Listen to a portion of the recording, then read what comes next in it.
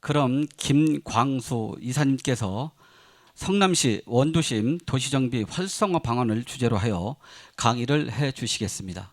성남시 그 재건축 재개발 사업을 비롯해서 그 가로주택 정비 사업, 또 심지어는 지역주택조합 사업까지 원도심에서 일어나고 있는 현재의 현황을 좀 한번 살펴보고 거기서 어떤 문제점이 있는지, 또 어떻게 조금만 좀 개선하면 우리가 더 빨리 잘 발전할 수 있는지에 대해서 간단히 소개 말씀드리는 겁니다. 자, 인사받은 김광수입니다. 감사합니다.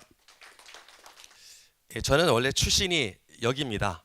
성남초등학교, 풍생중학교, 성남서고등학교를 졸업을 하고요. 지금은 가천대학교지만 옛날에는 여기가 경원대학교였죠.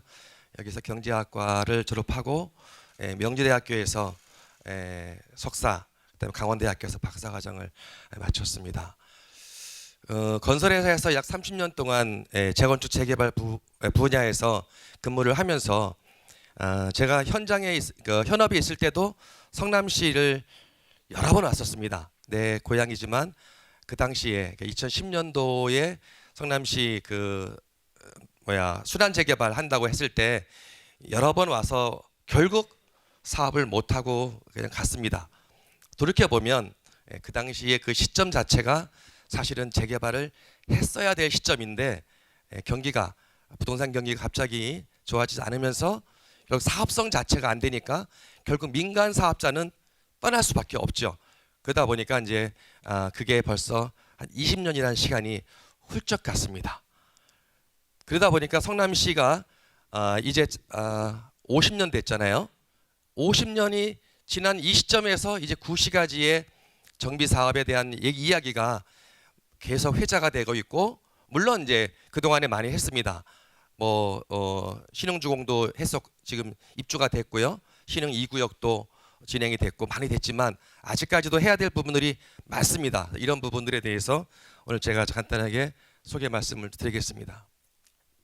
예, 먼저 말씀 올리기 전에 이제 신문 기사를 몇 개 좀 봐봤습니다. 성남시 재개발 사업 벌일수록 인구가 감소되고 있다. 왜 그럴까? 성남시 인구가 제가 성남시가 2014년도인가요? 이때 97만 인구가 들어가면서 곧 100만 도시가 된다는 꿈에 부풀어 있었을 때가 기억이 납니다. 경기도에서 가장 먼저 그 당시는 특정시라고 했죠. 지금은 특례시가 되고 있지만 특정시가 될 수 있다는 희망을 갖고 있었을 때가 불과 20년 전 얘기죠. 그 사이에 인구는 줄어서 이제 지금 2만 7천인가요? 93만이 채 안 되고 있습니다. 성남시 전면 재개발 재건축 지원 체제 마련한다. 시에서 이제 성남시의 구 원도심에 대한 재건축 재개발에 대해서 보다 더 체계적이고 종합적으로 진행을 전면적으로 지원을 해서라도 해야 되겠다는 인식을 가지고 있는 것은 참으로 다행이고요. 앞으로도 기대해 볼 만합니다. 그 다음에 가로주택 사업 성남이 좀 많이 하고 있죠. 그 다음에 또 지역주택조합 사업도 최근에 태평 사동인가요? 지난 10월 27일 날 조합 설립 인가를 득함으로 인해서 총 7개 사업장 중에서 2개가 조합 설립 인가를 받고 있습니다. 그런데 마지막에 도시정비 5조 클럽 건설사가 실종됐다. 불황의 수주 주저하고 있다 하는 것도 최근의 현실입니다. 각 건설사마다 1년에 정비사업 수주가 5조가 넘는 사업 회사들이 여러 개가 있었어요. 근데 이제 5조 클럽은 무너지고 지금 1년의 수주 목표가 거의 절반도 못 채우는 이런 현상들이 벌어지고 있습니다. 왜 그럴까요? 건설사들이 수주를 못하는 이유가 왜 그럴까요? 왜 정비사업, 사실은 지금 도시개발 사업보다 어찌 보면 정비사업 분야가 더 현장들이 많이 발생되고 있습니다. 소위 말하면 먹거리는 많은데 왜 건설사들이 수주를 못할까요? 또 심지어는 수주를 해놓은 것도 지금 계약을 해지하고 있을까요? 이 모든 게 사실은 사업성과 떨어져서는 설명할 수가 없는 겁니다. 사업성이 떨어진다고 하면은 건설사들도 기존에 해놓은 거 좋다도 진행을 못하죠. 왜냐? 조합과 공사비 인상에 대한 갈등이 생기니까 진행을 못하는 거죠. 또 심지어는 사업성이 떨어진다고 생각하니까 갈 곳도 수주에 아예 시공사 선정하는데 입찰하는데 아예 안 합니다.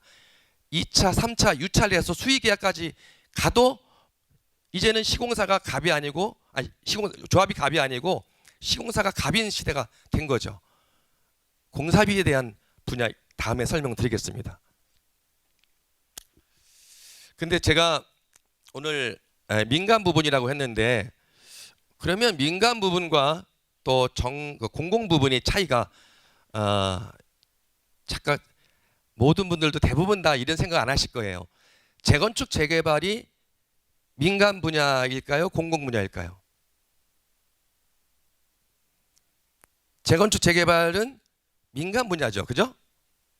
공공 분야라고 아시는 분들도 있어요. 간혹 재건축은 민간 분야, 재개발은 공공 분야 이렇게 하시는 분도 있는데 사실 재건축 재개발은 엄밀히 따지면 민간 분야라고 볼 수 있습니다. 도시정비법에서 크게 보면 주거 환경 개선 사업, 재건축 사업, 재개발 사업 세 가지로 나누는데요. 과거에는 도시환경 정비 사업이 있었죠. 근데 요즘에는 도시환경 정비 사업보다는 도시환경 개선 사업 이 용어에 다 함축이 되어 있다고 보시면 돼요. 도시환경을 정비하는 게 아니라 개선, 바꿔주는 역할 정도. 그래서 여기 보면 도시환경이 아니라 주거환경. 과거엔 도시환경 정비 사업을 지금은 이제 주거환경 개선 사업으로 사업 자체가 바뀐 게 아니고요. 약간의 그 형태가 바뀐 거죠.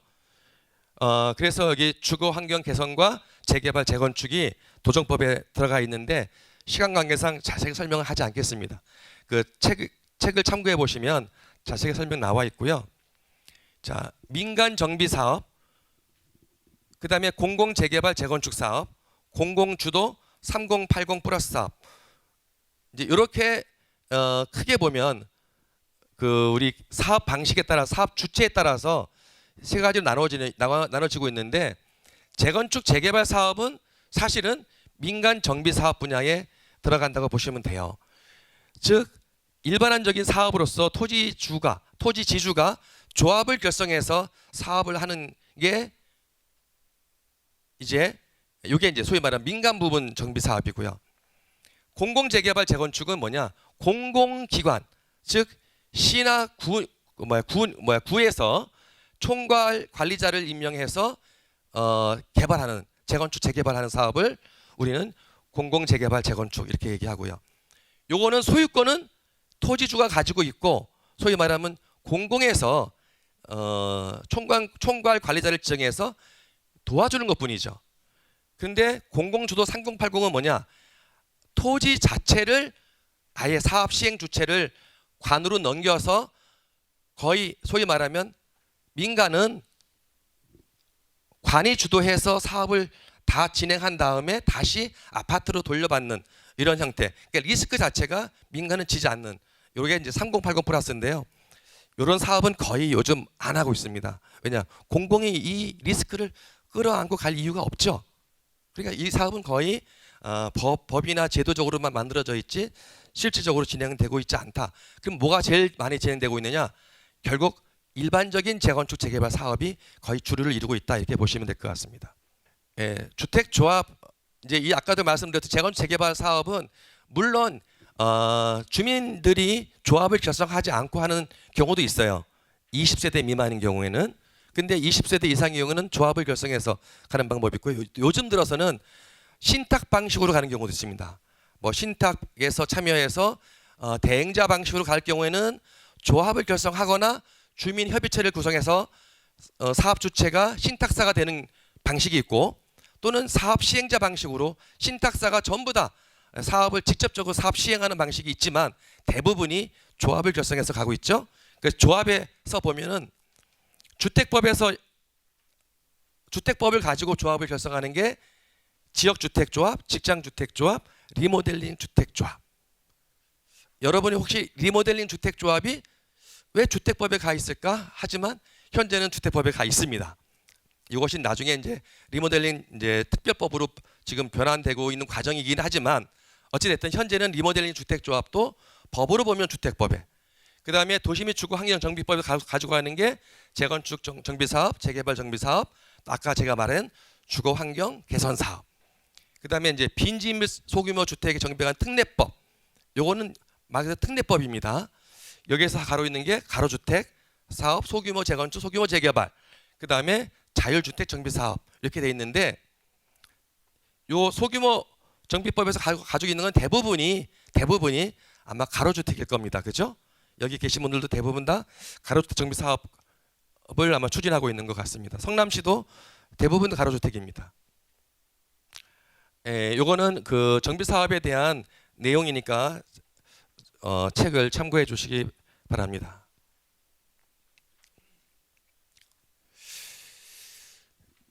도시 전체를 개발하는 데 있어서 과거에는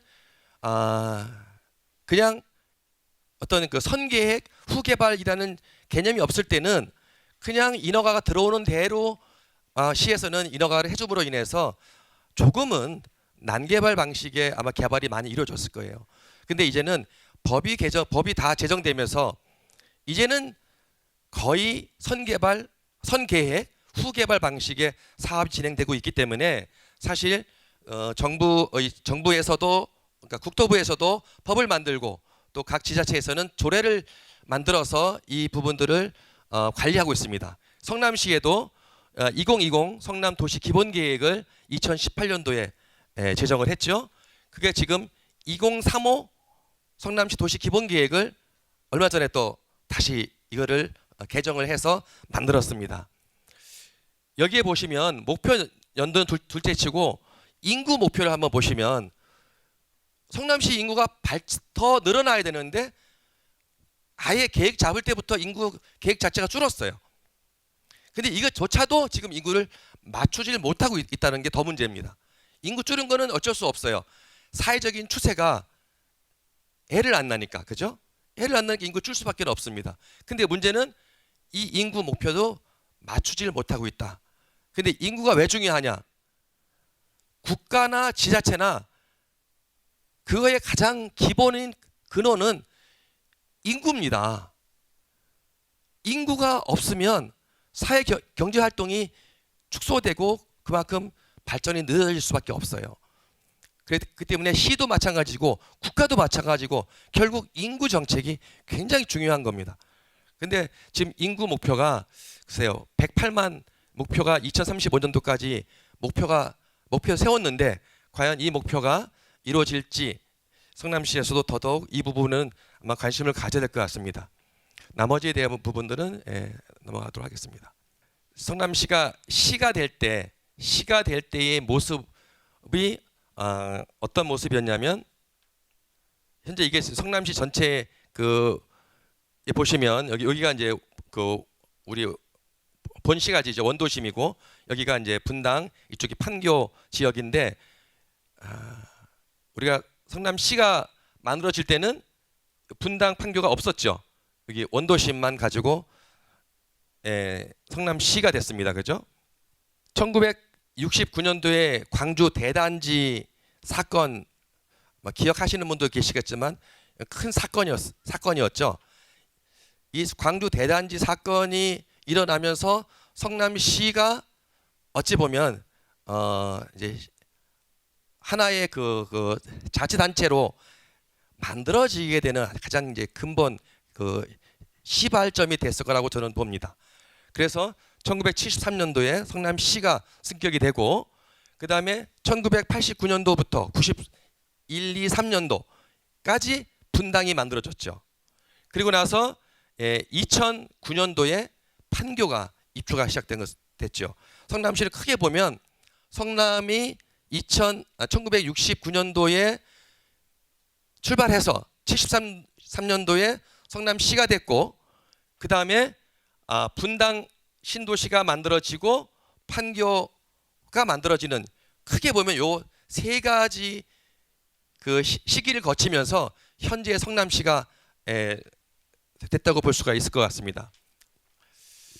2020 성남 도시 기본 계획에 보면 큰 축이 성남 수정구를 중심으로, 그 당시에는 성남 수정구 중심과 분당 중심, 판교 중심 이 큰 틀에서 보면은 세 개의 중심권을 가지고 있던 것이 이번에 2035 도시 기본 계획에 잡을 때는 성남 도심을 바로 성남시 있는 현재 시청에 있는 이 분당 이쪽을 성남의 도심 중심으로, 야탑 이쪽을 중심으로 보고요. 성남 원도심이 있던 이 지역을 북부 지역 중심, 그 다음에 남부 지역 중심으로 해서 세 가지 틀로 지금 개발 계획을 큰 틀에서 잡고 개발하고 있다. 이거를 왜 말씀을 드리냐면 이게 굉장히 중요한 거예요. 사실은 이 도시계획 측면에서 본다면 성남시의 미래 발전상을 이걸 가지고도 충분히 개발업자들은 이걸만 가지고도 어느 정도 개발의 방향을 잡을 수 있는 겁니다. 그런데 이제 여기 계신 분들은 물론 전문가도 계시고 또 조합에서 오신 분도 계시니까 이런 부분에 대해서는 제가 그냥 깊게 들어가지 않겠습니다. 성남의 현재 도시정비 사업 추진 현황을 제가 좀 정리를 해봤습니다. 도시의 주거 환경 정비법의 변천 과정인데요. 도시의 주거 환경 정비법의 원래 근간은 도시계획법에서 시작했죠. 도시계획법에서 시작을 할 때는 단순했어요. 정비가 뭐였냐? 불량 주택을 개선해 보자. 뭐 이게 큰 틀이었다고 본다라면 도시 재개발법을 만들면서 그럼 그걸 누가 할 거냐? 조합이라는 단체를 결성해서 한다는 조합의 근간을 만든 게 도시 재개발법이어서 만들었고요. 주택 건설 촉진법, 여기서는 재건축 사업을 통해서 주택을 말 그대로 건설을 촉진하자. 주택을 많이 짓게 하자. 왜? 그 당시는 주택이 필요했으니까. 그래서 1980년대부터는 저희가 주택 건설 촉진법을 가지고 이제 재건축 재개발 사업도 여기서 포함시켜서 이제 법을 그 근간을 가지고 있었다면 2002년도에 도시 및 주거 환경 정비법을 만들었어요. 이거 뭐냐? 초기에 옛날에 재건축 재개발 사업에 있어서 뭐가 많았냐면은 여러분도 아실 거예요. 방송에서 맨날 나오면 조합장의 비리, 조합의 비리, 건설사의 비리, 온통 비리들만 나오니까 이런 것들을 해서는 안 되겠다. 이거를 법에서 어느 정도 통제해야 되겠다고 만들어 놓은 게 도시 및 주거 환경 정비법을 통해서 이제 자세하게 해야 될 것과 하지 말아야 될 것을 여기서 이제 정리하게 됐죠. 지금은 아마 재건축 재개발에서 과거처럼 많은 그런 비리드나 이런 것들을 많이 볼 수는 없을 거예요. 요즘에는. 자, 2017년도에 성남 원도심의 노후도의 그 지도와 2030년도에 원도심의 지도를 두 개만 비교해 보시면 아시겠지만 거의 원도심의 전체가 빨갛게 변해 있죠. 2030년도 되면 어느 정도요? 노불량 주택률이 83%가 된다는 얘기입니다. 2017년도에 67.7%, 결코 작지 않은 거였지만 2030년도에 가면은 이게 83.5%. 반대로 얘기하면 양호주택이 2017년도에는 21.3%였는데 2030년도에 가면은 5.5%밖에 안 되는, 이대로만 가면 바로 이런 문제가 발생이 되기 때문에 원도심에 대해서는 빨리 우리가 재건축 재개발을 하든 어쨌든 도시 정비를 하지 않으면 안 되는 그런 상황이 된다는 얘기죠. 왜냐? 성남시는 2073년도, 지금부터 50년 전에 시가 됐죠. 시가 될 당시에 인구가 30만이었어요. 그 당시에 거의 동시적으로 짧은 기간에 집들을 대부분 다 지은 거죠.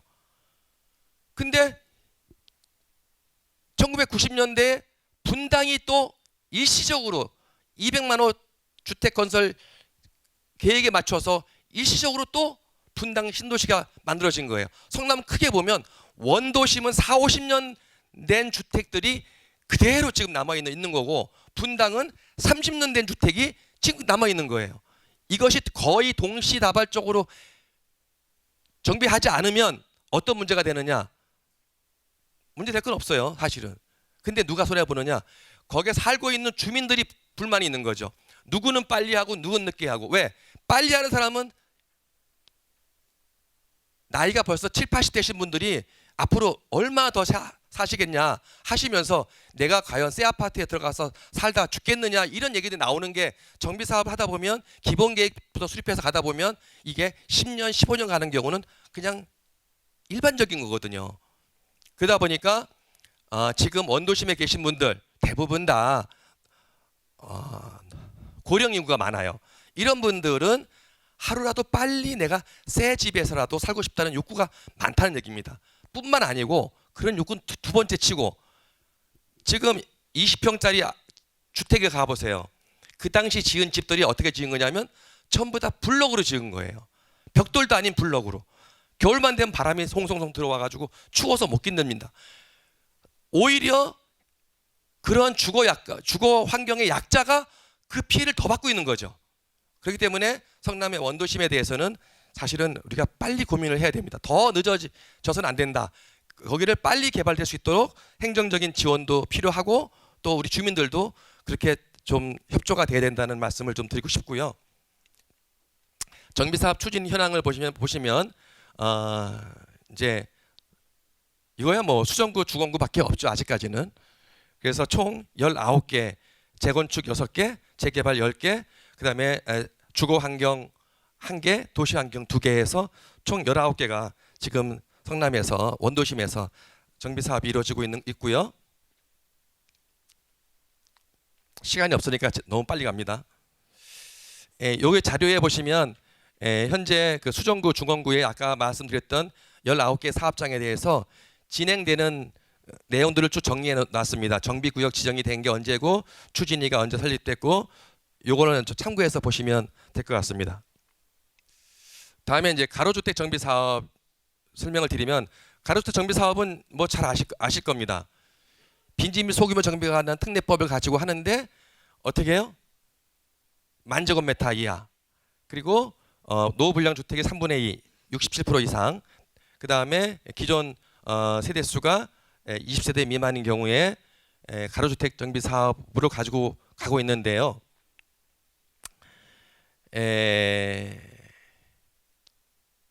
이거는 뭐 법적인 얘기는 그냥 넘어갈게요. 이따가 뭐 문제점이나 이쪽으로 좀 집중하겠습니다. 대상도 넘어가도록 하겠습니다.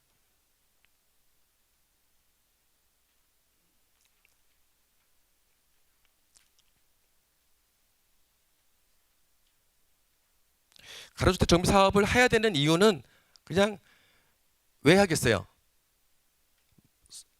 제가 감히 이런 말씀 드려도 좀 여기 혹시 가로주택 정비 사업에서 오신 분들 계시면 좀 이해하고 좀 들어주시기 바랍니다. 솔직히 마지 못해 하는 거예요. 안 그렇습니까? 재건축하면 좋죠. 재개발하면 좋죠. 재개발하면 좋은데 재개발이 안 되니까 우리가 가로주택 정비 사업이라도 해서 주거 환경을 개선을 해야 되겠다라는 소위 말하면 이게 어떤 특정한 사업이 아니고 재개발 사업에 안 되는 사업에 대한 대안으로 사실은 보시면 아마 저희가 보기에는 그게 맞지 않나 생각이 됩니다. 그런데 사실 가로주택 정비 사업이 나쁜 건 아니에요. 그 규모면이나 여러 가지 측면에서 그렇게 재개발의 대안이라고 하지만 좋은 점이 있죠. 바로 이런 겁니다. 재개발 사업은 사실 사업이 이 기본 계획 수립부터 준공 때까지 걸리는 시간을 놓고 본다라면 6, 7년 잡았지만 사실 이것도 짧게 잡은 거예요.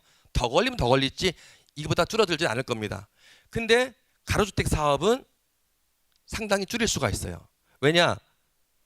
이 사업 준비 단계에 있는 부분들, 이 부분들을 안 해도 되기 때문에 심지어는 관리처분 계획조차도 사업계획 승인 때 통합해서 할 수 있기 때문에 정비사업은 절차법이기 때문에 하나하나 절차를 넘어서지 않고 갈 수는 없습니다. 반드시 넘어가야 되기 때문에 이 절차를 지키다 보면 시간이 많이 걸릴 수밖에 없는 게 정비사업이거든요. 그런데 그 절차를 생략해 준다는 게 굉장히 큰 장점은 있습니다.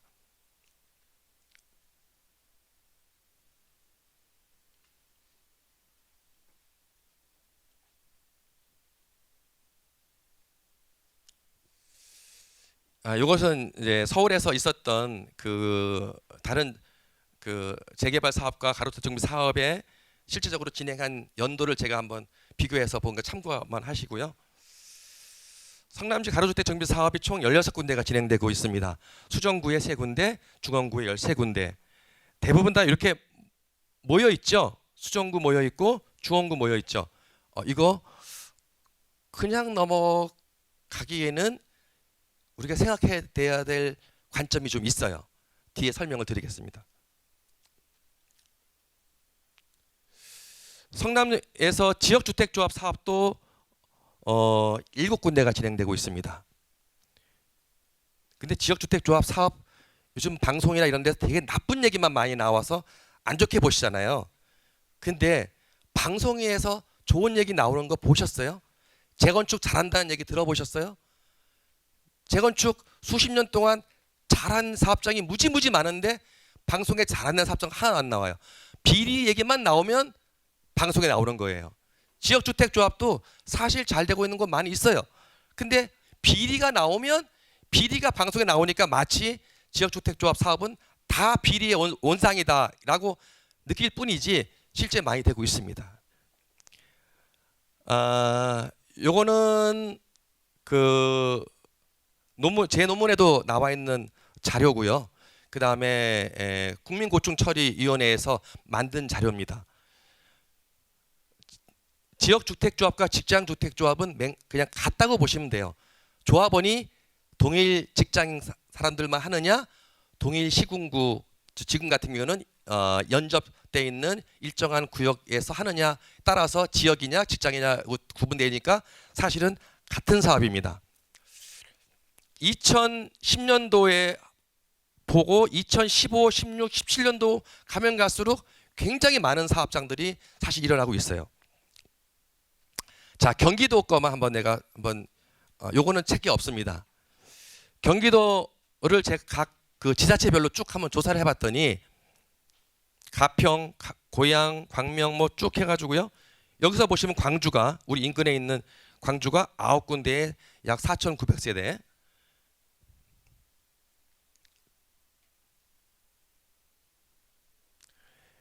예, 남양주가 11사업장에 약 9,000세대, 성남이 7개 사업장에 약 3,500세대, 수원은 이게 좀 뭐가 잘못됐더라고요. 제가 수원에 컨설팅 해준 것만 해도 여러 개가 있는데 뭐 거기에 그 자료에는 한 개밖에 없는 걸로 나와 있지만 어쨌든 이렇게 많은 사업장들이 일어나고 있습니다. 서울도 굉장히 많은 사업장들이 일어나고 있고요.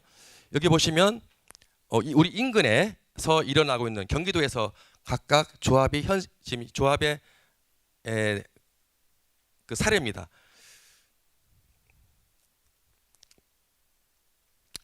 그래서 경기도의 2022년도 10월 달 기준으로 봤을 때 126개 사업장에 약 10만 4천 세대를 공급하고 있는 게 지역주택조합입니다. 이 자체를 그냥 무시할 수 있는 숫자는 아니란 얘기죠. 이것도 우리가 고민을 좀 해야 될, 우리의 좀 고민거리 속에다가 두고 생각을 해봐야 될 필요성이 있다. 저는 이렇게 봅니다. 왜냐? 주택 공급이 필요하기 때문에. 대한민국 주택 공급 소위 말하면 보급률이 떨어져서 그러냐? 아니죠. 우리 대한민국 주택 보급률 100% 넘습니다. 근데 왜 주택이 부족하냐?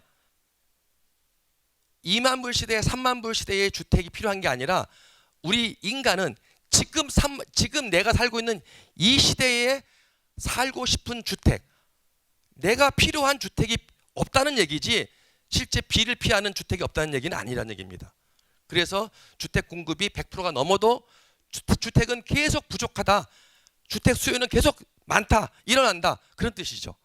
그러니까 최근에 몇백 대 1씩 주택 청약이 이루어지고 있는 겁니다.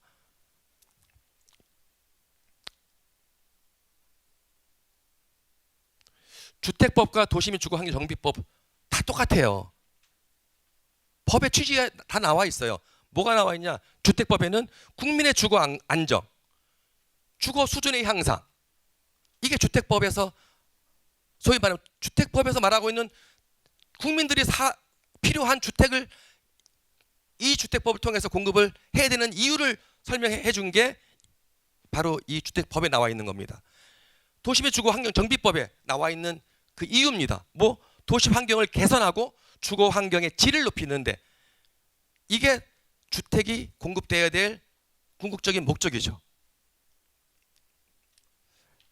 성남시의 지역주택조합 총 7개 사업장애 중에서 지금 2개가 조합 설립 인가를 받았고 나머지는 현재 조합원 모집을 하고 있는 그런 단계에 있다. 내용 간단히 말씀드리고요. 사업별로 보면 도시 및 주거 환경 정비법과 빈집법, 주택법에서 보시면 아까 그 가로주택 정비 사업과 같은 빈집법은 주택법, 도시 및 주거 환경 정비법에서 이루어지고 있는 도시 기본계획, 정비구역, 그 다음에 추진위원회, 요것이 소위 말하면 생략될 수 있고 관리 처분이 사업 시행 인가에 포함될 수 있기 때문에 이거는 그만큼 사업이 단순하게 갈 수 있는 거고, 주택법은 오히려 더 단순해요. 그냥 민간 사업이니까 조합원들이 돈을 모아서 땅을 사가지고 그냥 일반 개발하는 거기 때문에 사실은 이 자체는 이 세 가지는 목적은 하나죠. 뭐가 목적입니까? 아파트 짓는 게 목적이에요. 사업의 방법만 다를 뿐이지 똑같은 얘기입니다. 자, 지금부터가 이제 사실은 핵심이라고 봐야죠.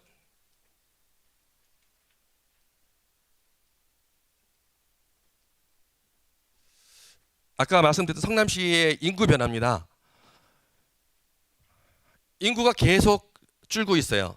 세대수는 늘어나고 있죠. 세대수 늘어나고 있는 건 당연합니다. 과거에 여기 조사한 걸로 보면 2013년도에 요 2개를 나눠 보면 한 가구당 2.6명인가 돼요. 근데 2022년도에 따지면은 2.5명이 안 됩니다. 그러니까 소위 말하면 한 가구당 인구는 주니까 결국 뭐냐, 세대수는 늘어날 수 있고요. 또는 요즘에는 많이 아시겠지만 1인 가구가 늘어나기 때문에 세대수는 더 늘어나요. 다시 말하면 이 말을 거꾸로 말하면 주택은 더 필요하다는 얘기죠. 주택은 필요하다. 그런데 이거 성남시에서도 잘 알고 계세요.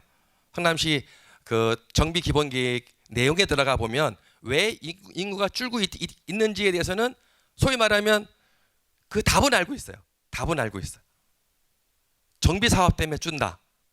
왜? 정비 사업 하게 되면 이주를 나가게 됐죠. 그러니까 인구가 줄어들 수밖에 없어요. 그 이주가 어디로 나갑니까? 성남에 다른 주택이 있으면 다른 데로 가겠죠. 없어요. 다 어디로 갑니까? 광주로, 하남으로, 수원으로, 용인으로. 그러니까 거꾸로 수원, 용인, 하남, 남양주는 인구 늘어요. 전출로 보면 성남에서 외부 전출이 많아요. 그리고 또 한 가지, 성남은 과거에 원도심에는 어떻습니까? 다 가구 주택이 많죠. 다 세대가 아니고 다 가구 주택이 많아요. 즉 단독주택 하나에 1, 2, 3층을 세를 두고 살다 보니까 건물주는 한 사람이고 실제 세대수는 세 세대가 살고 있다가 재건축되면 아파트에 분양받는 사람은 그 세 세대 중에 한 세대만 아파트 분양받는 거죠. 나머지 둘은 갈 데가 어디예요? 밖으로 나가줘야 되는 거죠. 그러니까 성남은 계속 아파트 재건축은 하면 인구가 늘어요. 왜냐? 아파트 하나의 주인 하나였으니까. 거기다가 신규 주택이 지어지니까 결국 주택이 늘어날 수밖에 없는데, 성남과 같은 이 다가구 주택 있는 도시는 재건축 재개발을 하면 세 세대 사는 것을 아파트를 짓는다고 해서 곱하기 3, 3배 주택이 늘어나지는 않잖아요. 재개발 해도 기존 세대 수의 3배가 늘어나지는 않잖아요. 그죠? 그러다 보니까 결국 그분들이 갈 곳이 없어요. 그렇기 때문에 결국 인구가 줄어든다. 인구 줄면 뭐가 돼요? 도시 활력이 떨어지는 거죠. 인구가 줄어들면 먹거리가 줄어들 수밖에 없고 거기서 소비가 줄어들 수밖에 없는 거죠. 결국 도시 자체가 쇠퇴될 수밖에 없는 겁니다. 그래서 인구 정책이 그만큼 중요하다는 거죠. 가로주택 현재 가로주택 16군데가 진행되고 있는데 보시다시피 조합 설립은 16군데가 다 됐는데 착공한 거는 하나밖에 없어요. 물론 건축 심의난 것들이 그러니까 올해 건축 심의난 게 몇 개가 있습니다. 근데 아마 여기에 조합장님 오신 분들 고민거리일 겁니다. 건축 심의가 났어도 고민거리예요. 왜? 시공사가 있어도 공사비 협상하는 과정에서 이 소위 말하면 사업성이 안 나오는, 거꾸로 봐, 사업성이 안 나와서 이거 가야 되느냐 말아야 되냐는 고민이 발생되고 있는 거죠. 결국 밑에 보면 공사비 인상으로 인해서 사업성이 떨어지고 누가 내요? 그거는 결국 거기에 토지 등 소유자가 그 사업비를 부담하지 않으면 안 되는, 결국 추가 부담금이 발생되는 상황이 발생되죠. 또한 일반 전체적인 규모가 작기 때문에 공사비, 평당 공사비가 높아질 수밖에 없어요. 저도 건설회사에서 30년간 근무했지만 1000세대짜리 아파트 공사비와 100세짜리 아파트 공사비와 평당 공사비가 다를 수밖에 없어요. 작은 아파트일수록 공사비는 높아져요. 간접비는 똑같이 들어가니까. 결국 소규모라는 자체도 억울하고 공사비, 평당 공사비도 많이 내야 되고 이렇기 때문에 결국 사업성이 떨어질 수밖에 없다는 게 가로주택 정비 사업의 한계점이라고 볼 수 있습니다.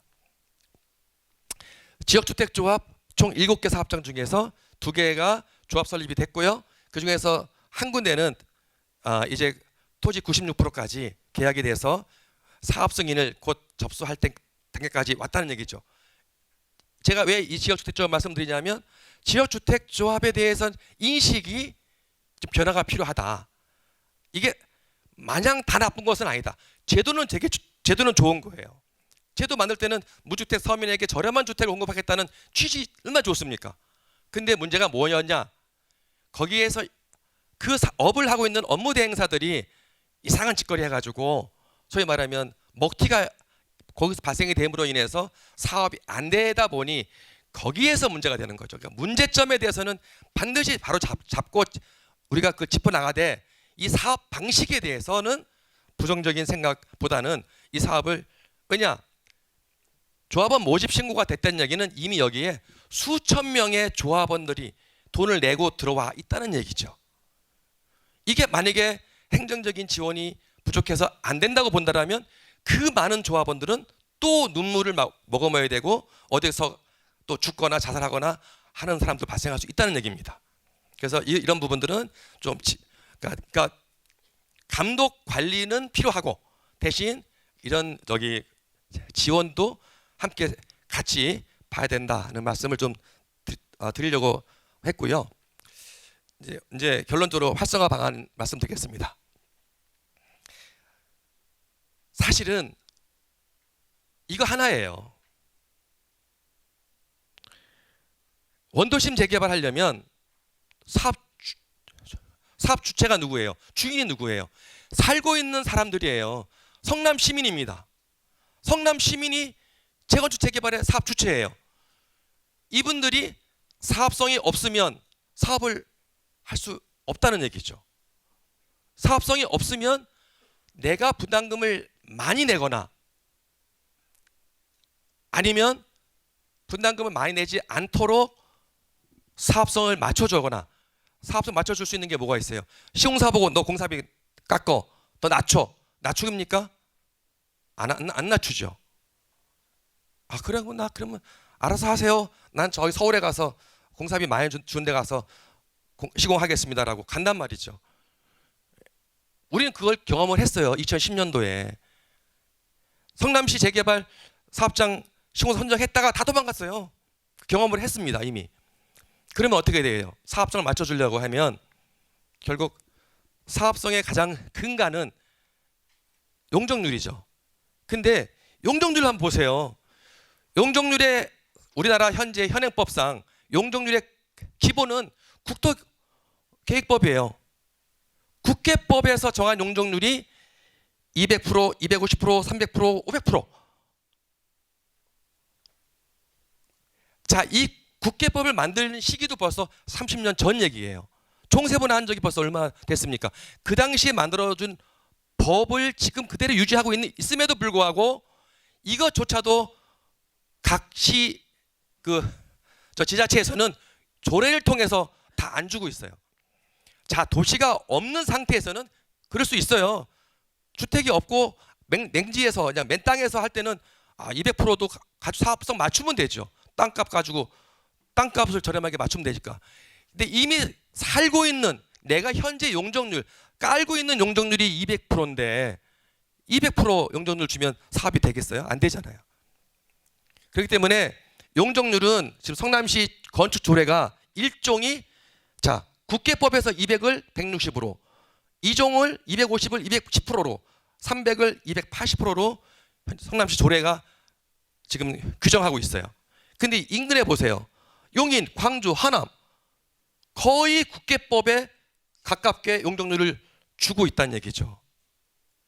여기는 조례가 여기는 뭐 우리처럼 성남처럼 낮출 수가 없어서 한 건 아니잖아요. 그죠? 근데 더 한 가지 여기 우리 참석해 주신 우리 공무원님들한테는 제가 좀 이렇게 말씀드리는 게 부담스러울지 모르겠지만 이건 정말 필요하다고 봐요. 뭐냐? 자, 지금 필요한 거는 우리는 재건축 재개발과 같은 기존 도심 원도심에서 필요한 용적률이에요. 뭘로? 조례. 성남시 도시정비 조례에 용적률 어떻게 넣고 있냐? 1종은 뭐 아파트 못 지니까 빼놓고 2종 250 뭐 오히려 건축 조례보다 더 많이 줬죠. 3종 가보시면 국계법은 고사하고 건축 조례보다도 더 낮춰주고 있고요. 준주고는 더 말할 것도 없다는 얘기죠. 그래서 제가 보기에는 건축 조례뿐만 아니라 이 도시정비 조례도 좀 개정이 필요하지 않나. 이게 왜 누구를 위해서? 성남시를 위해서, 성남시 시민을 위해서. 저는 그렇게 봅니다. 우리 성남시가 이렇게 이게 용적률이 높아지면 어떻게 돼요? 그만큼 세대수가 많이 지어지게 되는 거죠. 그럼 인구를 더 많이 유입시킬 수 있다는 얘기죠. 그럼 세금을 더 많이 거둘 수 있다는 얘기잖아요. 그러니까 이 조례를 낮출 게 아니라 국계법에서 허용하는 용적률 뭐 그 이상은 넘어설 수가 없으니까. 또 두 번째 방법, 종 상향이 필요할 수 있죠. 2종을 3종으로만 바꿔줘도 용적률이 올라갈 수 있잖아요. 그죠? 그래서 종 상향도 좀 전향적으로, 지금 아마 제가 알기로는 성남시 이 가로주택은 법에서 허용하고 있죠. 종 상향 하나씩. 그렇듯이 어차피 도시정비 할 때는 종 상향도까지도 좀 전향적으로 검토해 볼 필요가 있지 않느냐. 또 두 번째 문제, 그러면 용적률만 높인다고 될 게 아니에요. 성남은 가장 큰 걸림돌이 또 하나 있어요. 고도 제한. 용적률 100번 높여줘도 고도 제한 때문에 정해져 있는 조례조차도 못 찾아 먹는 현실이 있어요. 그런데 아마 이거 성남시도 좀 고민하실 겁니다. 뭐냐면 여기 신흥 1구역과 수진 1구역을 작년도에 정비구역 지정하셨잖아요. 그런데 고도 제한 완화 배제 구역과 일부 고도 제한 완화 구역을 아주 교묘하게도 신흥 1구역은 일부 완화 배제 구역에 들어가고, 아니 이것이 고도 일부 완화 구역에 들어가고, 수진 1은 고도 제한 완화 배제 구역에 들어갔어요. 사업은 동시에 진행하는데 한 군데는 높게 질 수 있고 한 군데는 높게 못 진다면 그 주민들의 갈등이 분명히 저는 있다고 봅니다. 나중에 아직은 깊이 있게 모를 수도 있어요. 아는 분들은 알겠지만 이런 것들도 사실은 지금 있다 보니까 이것뿐만 아니라 성남시가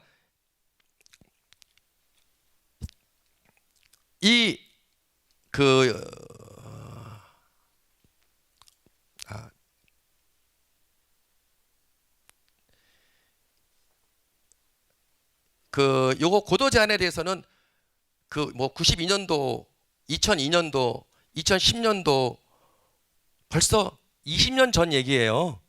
앞으로 더 가면 40년 전 얘기입니다. 그죠? 20년 전에 차폐 이론을 통해서 완화시켜 준 게 지금 그나마 일부 고도 제한, 그래서 저쪽 신흥주공이나 저기 단대동 같은 경우는 높게 졌잖아요. 그게 2010년도 차폐 이론 때문에 그나마 바뀐 겁니다. 지금 벌써 20년 지났어요. 두 번째, 서울공항이 때문에 이게 생긴 거잖아요. 서울공항 이거 고도 제한 묶어놓을 때 서울공항은 뭐였습니까?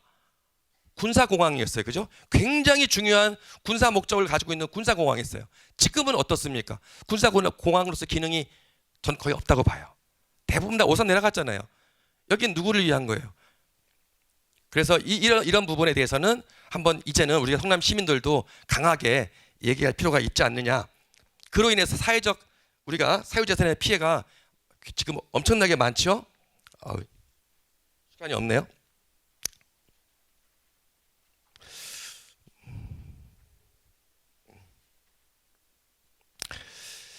자, 그 다음 문제는 아까도 말씀드렸던 중에 이주 주택이 필요하다는 얘기죠. 이주 주택 단지가 물론 이거는 우리가 한번 경험을 했어요. 순환 재개발로 하겠다고 해가지고 고촌동에다가 이주 주택 단지 만들었다가 무용지물이 됐죠. 결국 다 매각했잖아요. 지금 없잖아요. 그러다 보니까 어디로 갔냐? 전부 다 아까 다 외곽으로 나갔잖아요. 인근 시로. 자, 이런 우리 경험을 가지고 있어요. 그러다 보니까 인구 줄고 한번 나간 인구가 다시 들어오기는 어렵죠. 그럼 결국 성남 시민이 밀려가는 거예요. 어쩌면 쫓겨나가는 거죠. 자, 이런 거는 좀 없어야 되겠다 하면은 이 이주 주택이 필요한데 이주 단지를 어떻게 만들어야 되느냐 고민해야 됩니다. 그죠? 저는 이주 주택 단지를 첫째는 그 집단적으로 만들 필요도 있고요. 두 번째는 재건축 재개발의 용적률 인센티브를 더 줌으로 인해서 증가된 용적률의 50%는 임대주택 공급 가능하게 돼 있잖아요. 법적으로요. 그런 부분들을 활용해서 결국 임대주택을 이주택 단지로 활용할 수 있는 방법도 필요하다. 그런 말씀을 좀 드리고 싶고요.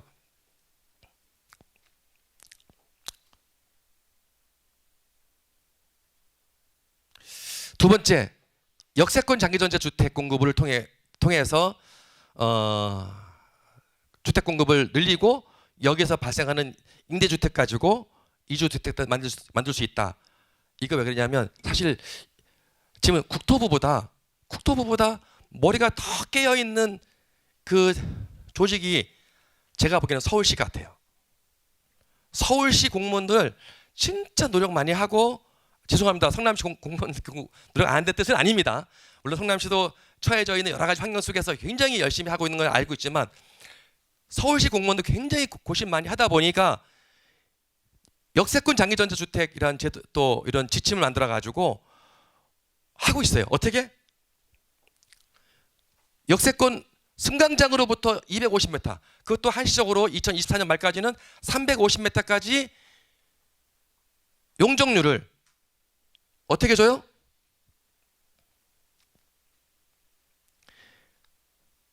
역세권 1차 역세권 아까 350m까지는 종도 올려주고, 종이 올라가니까 당연히 용적률도 올라가는데 법적 상한 용적률이 300%가 아니라 500에서 700%까지 준주거, 아까 제가 400, 500밖에 안 된다 했잖아요. 그거를 준주거로 해주면서 용적률을 500에서 700%까지도 올려준다는 거죠. 여기서 올라간, 즉 여기서 올라간 요 정비구역 용적률, 상한 용적률까지는 정비구에서 정한 임대주택 의무 비율만 맞추면 되지만, 요거 법적 상한 용적률 여기서 요거 올라간 거의 절반은 임대주택으로 지을 수 있다는 얘기죠. 그러면 그만큼 인구도 늘고 주택도 늘고 임대주택도 해결되고 이주주택도 해결될 수 있다는 거죠. 그래서 이걸 가능하다. 왜? 성남은 뭐가 있냐? 지하철이 있어요. 지하철 있잖아요. 이걸 제가 이렇게 지금 편의상 원으로 표시했지만 이게 원이 아니고요. 승강장부터 이렇게 네모예요. 350m 거리. 그러면 결국 뺑 돌아가면서 거의 대부분이 역세권 장기전자주택으로도 공급이 가능할 수 있다. 이렇게 본다라면 지금 재건축 재개발해서 정비구역 지정하는 것도 좋지만 오히려 이런 것도 한번은 생각해 볼 필요가 있다는 말씀을 좀 드리고요. 이거는 제가 지금 말씀드린 거의 요약입니다. 그 다음에 정비사업 공공지원제도, 이거 거기 책에는 없을 겁니다. 지금 서울시에서 하고 있는 거예요. 정비사업 공공지원제도를 통해서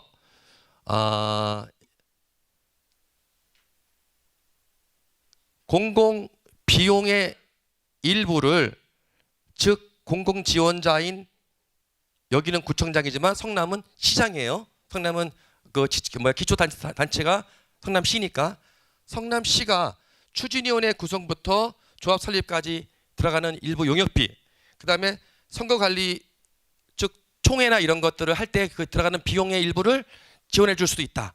우리 성남시에도 성남시 도시 정비 기본 조례가 있을 겁니다. 그 다음에 거기 기금 운영에 대한 조례도 있을 거예요. 여기를 통해서 이런 부분도 지원을 해주게 되면, 왜냐, 사실 조합이 만들어질 때까지가 힘들어요. 돈이 없으니까. 근데 조합이 만들어지게 되면 그래도 시공사가 달라붙고, 시공사 달라붙으면 시공사의 자금 지원을 받아서 사업이 갈 수 있도록 총 마중물 역할을 하실 정도까지는 좀 자금 지원이 필요한데, 누가 그거를 우리 한번 공공에서 성남시에서 좀 이런 부분들을 지원해주면 어떻겠는가 하는 말씀을 좀 드리고요. 여기 여기 보시면 거기 책이 없기 때문에 제가 좀 설명을 좀 드리겠습니다. 아까 이거 말씀드린 거고요. 장점하고 실제 효과를 보시면 뻔한 거예요. 공정하고 투명한 업체를 선정할 수 있다. 누가 하니까? 공공에서 하니까. 업체 선정 자체를. 그 다음에 합리적인 의사결정을 시의 이 공공 변호사 입회하에 모든 총회를 하든 뭐하든 할 수 있게끔 지원을 해줌으로 해서 소위 말하는 조합에서 비리나 이런 것들을 예방할 수도 있고요. 그 다음에 주민의 갈등 이런 부분도 사실 좀 완화할 수가 있어요. 그래서 저는 여기에서 지금 서울시가 하고 있는 거 일부 제도입니다. 소위 말하면 정비 아카데미를 한번 우리도 만들어 보면 어떻겠는가. 성남시도 도시 정비 사업에 대한 아카데미. 왜냐, 재건축 재개발 조합 임원들조차도 대부분 몰라요. 모르니까 문제가 생기고, 모르니까 사고가 생기고, 모르니까 싸움이 되고, 모르니까 분쟁이 되는 거예요. 알면 그런 일이 발생하지 않을 수 있는 것들이 몰라서. 그래서 최소한 조합의 임원들과 조합의 조합장 이런 사람들한테 아카데미 교육을 받게끔 해서 1년에 상반기 하반기 2번이라도 예를 들어서 한 번 할 때마다 5회든 7회든 10회든 그래서 좀 그분들을 좀 소위 말하면 교육을 시켜서 그런 분쟁을, 왜 그러냐면 선장이 잘못 키를 틀면 이 배는 엉뚱한 데로 가게 돼 있거든요. 그래서 이런 부분들을 좀 말씀을 드리고 싶고요. 두 번째, 정비사업 코디네이터. 서울은 이미 하고 있어요. 우리 성남도 하고 있나요?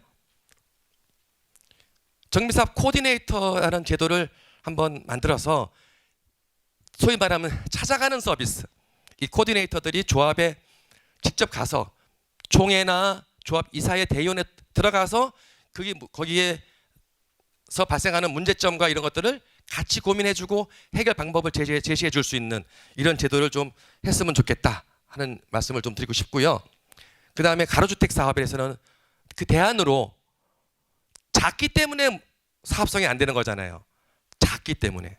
규모가 작기 때문에. 왜? 법 자체가 10,000제곱미터 이하잖아요. 서울에서 하고 있는 사업장 중에 모아타운이라는 게 있어요. 모아주택. 요거는 10만 제곱미터까지. 그럼 3만 평이에요. 그럼 재개발하고 똑같아요.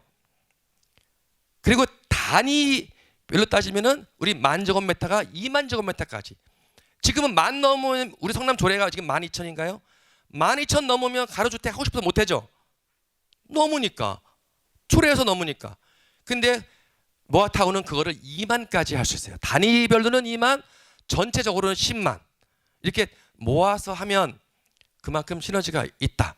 아까 제가 사업 소개 설명할 때 성남시에 이 가로주택이 이렇게 모여 있다고 했잖아요. 3개 모여 있고 주로 모여 있다고 했죠. 이게 굉장히 좋은 거예요. 그 모여 있는 걸 통해서 모아 주택, 모아 타운으로 만들어 보면 어떻겠냐? 쉽게 말하면 이거죠. 이렇게 2개 있지만 이렇게 요거 자르고 요거 이렇게 해서, 즉 이렇게 정비 사업은 제가 재개발로는 안 되더라도 이렇게 묶어서 지금 이렇게 됐고 이렇게 돼 있단 말이에요. 이거 묶어서 모아 주택으로 하는 방법도 하나의 방법이 되지 않겠느냐 하는 말씀을 드리고요. 그래서 요거는 다 책자 있으니까 넘어가도록 하겠습니다. 거꾸로 갔네요. 자, 모아타운의 효과 아까 제가 설명 다 드렸어요. 이게 서울시의 2023년 9월 27일자로 보니까 24개 사업구역에 24개 구에서 75군데가 모아타운으로 지정이 됐어요. 왜 했겠어요? 이게 안 좋으면 이렇게 하겠어요? 단기간에? 뭔가 이점이 있으니까 하겠죠. 이 부분은 좀 우리가 고민을 좀 해볼 필요가 있다. 또 심지어는 고양시에서도 모아타운을 시작하고 있습니다.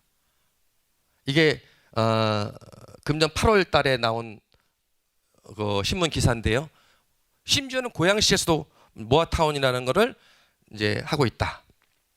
마지막으로 지역주택조합에 대해서는 이번에 성남시에서 굉장히 전향적으로 그 태평사동 지역주택조합 조합 설립 인가를 국공유지에 대한 사전 동의를 통해서 조합 설립 인가가 가능하도록 이번에 풀어주셔서 아마 굉장히 그 태평사동 그 지역주택조합에서도 고마워하고 있더라고요. 왜냐하면 거기에 조합원이 1,300명이에요. 그 사람들이 지금 몇 년 동안 조합 설립을 못하고 있다 보니까 갈등도 많아지고요. 사업 기간이 길어지면 갈등이 많아질 수밖에 없어요. 그러면서 여러 가지 문제가 발생됐는데 이제 조합 설립을 해서, 물론 조합 설립 됐다 다 된 건 아닙니다. 사업 승인까지 달려면 95%또 사업 토지 확보해야 되기 때문에 아직 많은 일이 남아 있지만 그래도 일단은 한 단계는 넘어섰다 하는 걸로 굉장히 고무되어 있는 것 같습니다. 그런데 그때 성남시가 이 조합 설립을 이렇게 좀 협의 과정에서 지금 지연된 것 중에 하나가 뭐였냐면 저거죠. 지구단위죠. 왜 그러냐면 구역 안에 국공유지가 성남은 많아요. 다른 도시에 비해서. 성남에 있는 그 조그만 도로가 다 국공유지입니다. 대부분 성남시에 딱 섹터를 잘라서 이렇게 보면 대부분 국공유지가 15% 정도, 많게는 20 몇 프로까지 그 안에 있어요. 그러니까 그 국공유지에 대한 동의가 사전에 안 되면 조합 설립을 하기가 어려운 게 지금까지 현실이었어요. 그러면은 이 국공유지 동의를 받기 위해서는 이제 지구 단위가 선행이 되면, 지구 단위가 되면 이제 그 국공유지에 대한 사전 동의하는 부서에서 그래, 여기는 이러한 주택 사업을 위해서 지구 단위가 됐으니까 나중에 사업 승인 때 너희들이 매입해 가는 조건으로 조건부 동의를 해주겠다. 이렇게 쉽게 동의가 되기 때문에 이제 지구 단위를 하고 이제 동의를 받는 이런 방식들이 서울에도 많이 하고 있는데, 어쨌든 이번에도 물론 이제 이번에도 조건부 동의가 사업 승인 때 이제 그거에 대한 동의권을 또는 그 충족을 해야 된다는 전제 조건이 아마 붙었을 겁니다. 그렇지만 지역주택조합 사업에 있어서 왜 지역주택조합 사업에 있어서 왜 필요한가? 이 지구 단위는 법에 나와 있어요. 주민의 토지 등 소유자의 3분의 2가 주민이 제안을 해서 이반 요청을 하면 지구단위를 통해서 거기를 지구단위를 결정을 해줄 수 있다. 이렇게 나와 있기 때문에 근거법이 없어서 없는 건 아니라는 얘기죠. 해줄 수 있다. 뭐 해주는데 그러면은 이거 성남시의 지금 현재 입장은 사업 승인 때 해라. 의제 처리해주겠다. 그것도 좋은 방법입니다. 뭐 나쁜 방법 아니 좋은 방법이에요. 근데 어떤 문제가 있냐?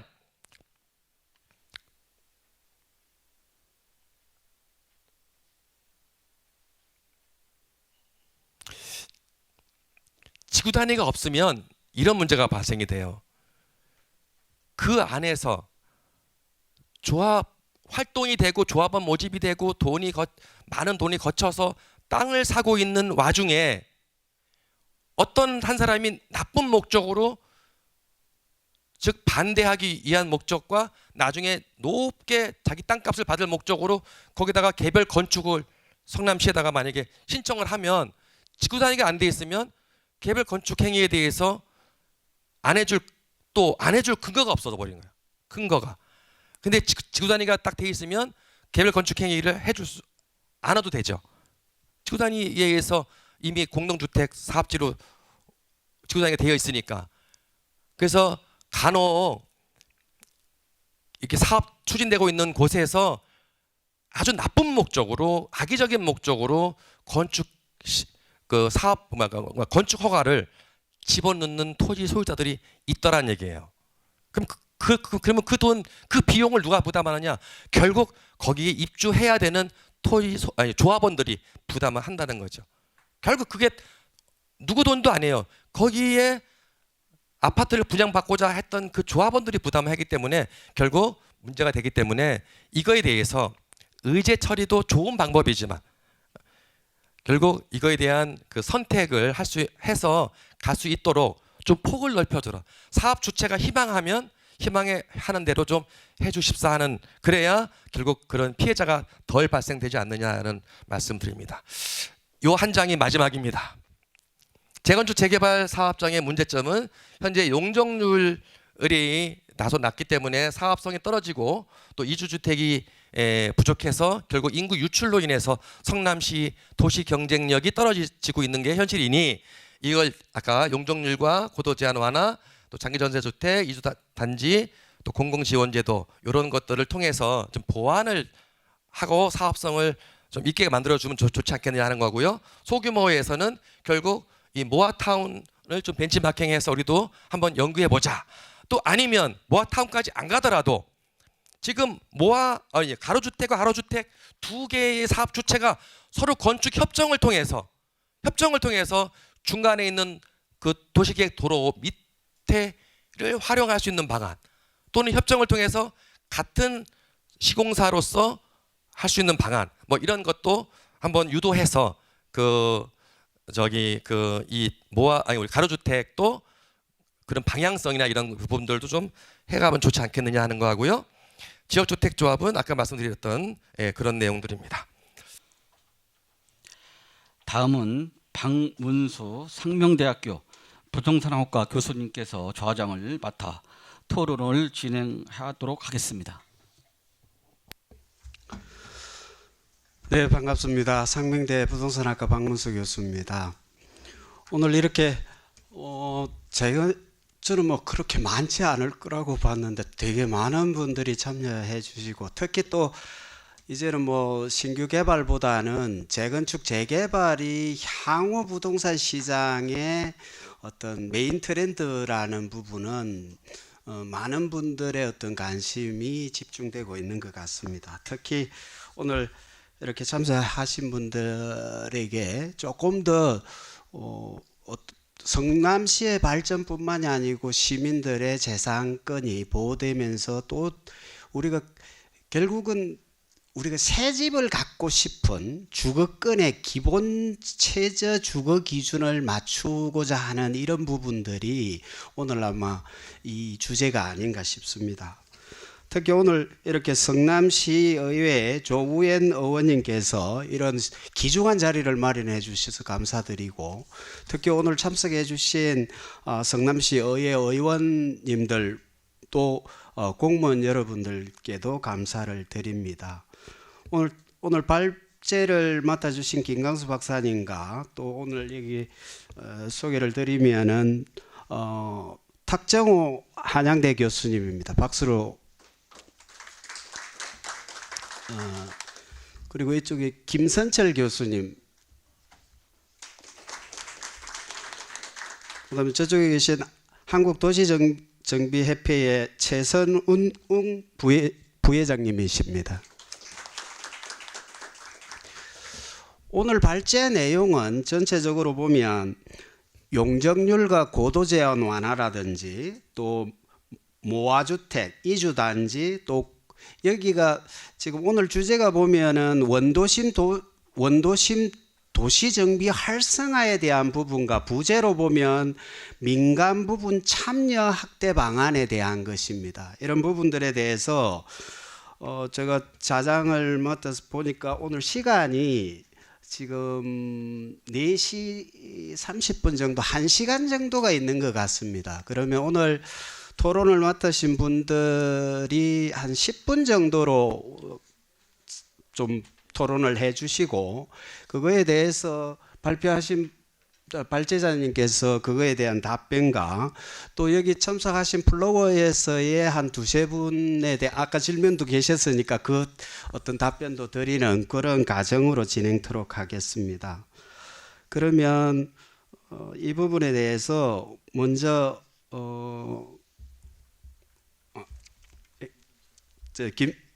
먼저 탁정호 교수님께서 먼저 토론을 해 주시겠습니다. 네, 반갑습니다. 한양대학교 융합산업대학원 부동산학과 탁정호입니다. 여러분들 날씨가 이제 벌써 추워지셨죠? 제가 옷을 두껍게 입어가지고 좀 강의를 들으면서 좀 졸았습니다. 이 말씀을 소대히 말씀드리는 거는 지금 지역주택조합이나 정비사업 하는 곳이 상당히 춥죠. 제가 신혼주택 할 때 그 신혼 생활을 그 우장산역에서 했는데요. 5개 주밀도지구에서 신혼생활을 했어요. 그때 애들을 키우는데 5개 주밀도지구가 오래되다 보니까 지금은 다 개발이 됐어요. 그 창문에 비늘이를 치고 살았어요. 그러다 보니까 겨울이면 물도 떨어지고 이 곰팡이도 피고 그랬던 시절에서 이제 지금은 그 새 아파트에서 안양 쪽에서 살고 있습니다. 그러니까 여러분들의 그 어려움을 공감하고 있다는 것을 소두에 말씀드리고자 하는 내용입니다. 제가 이 발제를 부탁받고 그 어떻게 여러분들한테 말씀을 드릴까, 또 토론자로서 이 제 의견을 어떻게 발표할까 고민을 많이 해봤습니다. 그러던 중 이렇게 법제하고 또 이 사업을 제가 그 상도동 쪽에서 지역주택조합의 업무 관리를 도와드린 적이 있어요. 그때 이제 주민들 심리와 지역의 문제점이 이제 그 한번 다시 되잡아보는 시간을 가졌습니다. 그런데 이제 저는 이제 중요한 거는 여러분들한테 이 말씀 드리고 싶어요. 재건축이나 재개발, 지역주택조합이죠. 아까 발제자가 말씀드린 것처럼 좋은 집을 가지겠다는 모든 국민들의 욕망입니다. 기본적인 욕망이 절차 법에 대해서 문제가 발생되고 있다고 봐집니다. 그 내용으로서는 여러분들이 다 아시는 조합 동의율이 무려 지역주택조합은 95%에 되더라고요. 이 부분이 문제가 있다고 봅니다. 법률적으로 이 형평성의 문제가 다른 지금 그 개발 사업하고 불평등하다는 거죠. 저는 여러분들이 합심해서 내 지역구만 새 집을 짓는 부분이 아니고 전국적으로 이 지역주택조합의 문제점을 또 이 지역의 의원님들, 국회의원님들이 법으로 발제하셔서 동등한 형평성을 요구를 하시고 이걸 제도화로 만들어 주셨으면 하는 대려 여러분들의 노력을 요구를 해봅니다. 그래야지만 여러분들은 이 문제 해결해서 조합까지 설립되어 있잖아요. 나머지 차후의 분들의 이 사업을 했을 때의 그 문제점이 여기서부터 저는 시작이라고 봅니다. 그리고 이제 그 17년간 이렇게 통계를 조사해 보니까 한 17%, 그거는 이제 뭐 조합이 설립된 이후의 통계겠죠. 거기서 이제 숫자가 비슷하더라고요. 17%의 성공률을 보이는데 이 부분은 이제 조합이 설립되고 어느 정도 인허가 단계까지의 통계인 것 같아요. 아까 성남시에도 7개 지역 중에서 이제 2곳이 성립되고 나머지는 준비 단계로 봐지고 있습니다. 그럼으로써 이 신뢰성에 문제가 생긴 것 같아요. 실패가 어떻게 보면 83%입니다. 이 부분이 국가적인 주민들의 기본적인 재산권의 안전성에 문제가 발생된 걸로 봐집니다. 그 부분을 어떻게 신뢰를 회복할 것인가를 이 연구를 해봤더니 물론 법제의 형평성을 개선하는 부분도 있고요. 지금 모든 사업 관리를 지자체 성남시에서 관리를 하고 있다고 봐집니다. 그러면 이 부분이 주민들의 발제자가 말씀드린 것처럼 전부 다 지식에 대한 한계가 있습니다. 내 재산권은 보호를 받아야 되는데 지자체에서도 이 부분을 어느 정도 적극적으로 참여를 해야 된다고 봅니다. 이런 세미나나 알림의 장소를 해야 되고요. 지자체에서 어떻게 보면 그런 주민의 재산의 안정성을 확보하지 못한다면 그 부분도 상관한 방관의 형태가 아닌가 싶습니다. 이 두 가지를 여러분들하고 논의하고 여기에 계신 공무원님들한테 적극적으로 참여 방안을 모색하는 방법, 주민들한테는 이 내 집만 해결해야 되겠다 생각을 하지 마시고요. 이 지역주택조합법의 큰 문제점인 기본법을 제정을 요청해 주시기를 저는 강력하게 여러분들에게 말씀드립니다. 저는 두 가지 사항으로 마치도록 하겠습니다. 감사합니다. 네, 요즘 보면 그 모든 이런 이익을 대변하는 것들은 제도화가 되어야 그것이 세상 속에서 빛을 발한다고 합니다. 그것이 보면은 신제도주의적 개념이고 그런 부분에 있어서 오늘 이렇게 주택법 개정이라는 그런 부분과 또 이런 주택법 개정은 결국은 이해 당사자가 적극적인 참여를 통해서 이루어지는 부분이라고 보여집니다. 다음으로 김선철 교수님께서 토론을 진행토록 하겠습니다. 예, 반갑습니다. 김선철입니다. 제가 잠깐 소개를 하면 저는 그 시공사에서 한 20년, 그다음에 신탁사에서 한 10년 가까이 지금 재개발 재건축 사업을 총괄하고 있고요. 명지대 부동산대학원에서 강의를 하고 있습니다. 오늘 이 성남시 이 토론 세미나에 제가 그 토론자로 참여하면서 참 감회가 깊었던 이유가 뭐냐면 제가 시공사에 있을 시절에 여기 나와 있는 그 성남에 있는 여러 가지 신흥주공, 은행주공, 뭐 신흥 1, 2구역, 금광구역 이런 사업장들, 도안일, 중일, 중이 이런 사업장들을 전체적으로 스크린하고 뭐 참여하기 위한 전략을 짰고 실제 참여한 사업장도 있고 하는 기억이 나서 성남 지역의 그 지속적인 발전에 대한 부분에 관심이 매우 높구나라는 생각이 듭니다. 여기 참석하신 공무원분들이나 또 성남시 의회 의원분들 그리고 추진위원 조합장님들 많이 오신 걸로 알고 있는데 무슨 의미 있는 말씀을 해드릴까라고 고민하다가 이 말씀을 드리고 싶었어요. 제가 재개발 재건축을 한 30년 가까이 실무를 하고 이론적으로 학교에서 강의를 하고 하다 보니까 제가 재개발 재건축의 활성화의 가장 키워드는 결론적으로는 갈등 해소입니다. 사실은 정비사업은 절차 사업이기 때문에 주민들이 소통하고 화합한 다음에 그 의견을 인허가청에 제시하는 거예요. 근데 그 의견이 단일화되지 않으면 인허가청에서도 받아주기 어렵습니다. 그러면서 공무원과 또 소유자 간의 갈등이 발생하고 그런 것들이 여러 가지 이슈가 되는데 그런 부분의 가장 핵심은 갈등의 조정이에요. 뭐 용적률을 완화하고 여러 가지 사업 방식을 적용하고 하는 것은 뭐 공정과 상식의 캐치프레이즈를 가지고 있는 현 정부에서 그 적정한 여러 가지 방식을 가지고 사업을 진행할 거라고 보고 있습니다. 그런 부분 외에 더 중요한 것은 성남시가 뭐 성남시 도시재생사업단도 오랫동안 꾸려왔고 도시환경 정비사업 같은 어려운 사업들도 많이 추진해 봤기 때문에 그러한 고생한 노력의 결과들이 DB화돼서 주민들한테 안내되는 과정이 매우 필요해 보입니다. 사실은 갈등의 발생의 가장 큰 요인은 정보의 비대칭성이에요. 그러니까 조합장님이나 뭐 위원장님들, 그다음에 공무원분들 많이 알고 계시는데 일반 소유자들은 잘 모르시는 경우가 많고 그런 부분이 갈등이 돼서 문제가 발생하는 경우가 대다수입니다. 사실 여러분도 아마 관심 있는 얘기 한 가지만 말씀드리면 이 성남에서 멀지 않은 바로 그 둔천동의 둔천주공 아파트 다 아시죠? 그 사업장이 작년에 어마어마하게 언론을 도배를 했습니다. 시공사가 유치권을 행사하면서 다 철수해버리고 2조 8천억의 추가 공사비가 발생하고, 자, 그 과정상에 여러 가지 문제들이 있음에도 불구하고 그런 것들이 소유자한테 정확히 안내가 안 되고 그런 일들이 계속 재발되는 과정으로 현재 우리나라 재개발 재건축이 진행되고 있어요. 실제로 둔천주공 사례와 매우 유사한 강북의 5,000세대 사업장이, 제가 어떤 구역이라고 말씀은 안 드리겠습니다만, 그 사업장이 똑같은 상황으로 내년 초에 상황이 벌어질 겁니다. 똑같은 상황으로 벌어집니다. 시공사가 공사비를 추가로 요구하고 주민들은 거부할 것이고 갈등이 생겨서 여러 가지 소송으로 만들어지고 해당 사업장은 이주가 된 상태에서 답이 없는 상황. 성남에도 아마 그런 사업장이 있는 걸로 알고 있습니다. 실제 산성구역도 제가 직접 참여했던 사업장 중에 하나인데 거기도 결국은 이슈가 공사비예요. 지금 전국에 있는 모든 재개발 재건축 사업장의 가장 큰 이슈는 공사비입니다. 왜 공사비냐? 여러분들 요즘 9시 뉴스 보시면 뭐 러시아 우크라이나 전쟁은 이미 많이 잊혀졌고 이스라엘 하마스 전쟁 때문에 난리가 났습니다. 뭐 병원을 폭격했냐 어쩌네. 근데 중요한 거는 그 전쟁도 전쟁이지만 그 전쟁을 통해서 원유가가 올라가고 곡물가가 올라가면서 원자재 가격이 상승합니다. 그게 상승하면서 공사비가 직접적으로 영향을 받아서 공사비가 올라가는 거예요.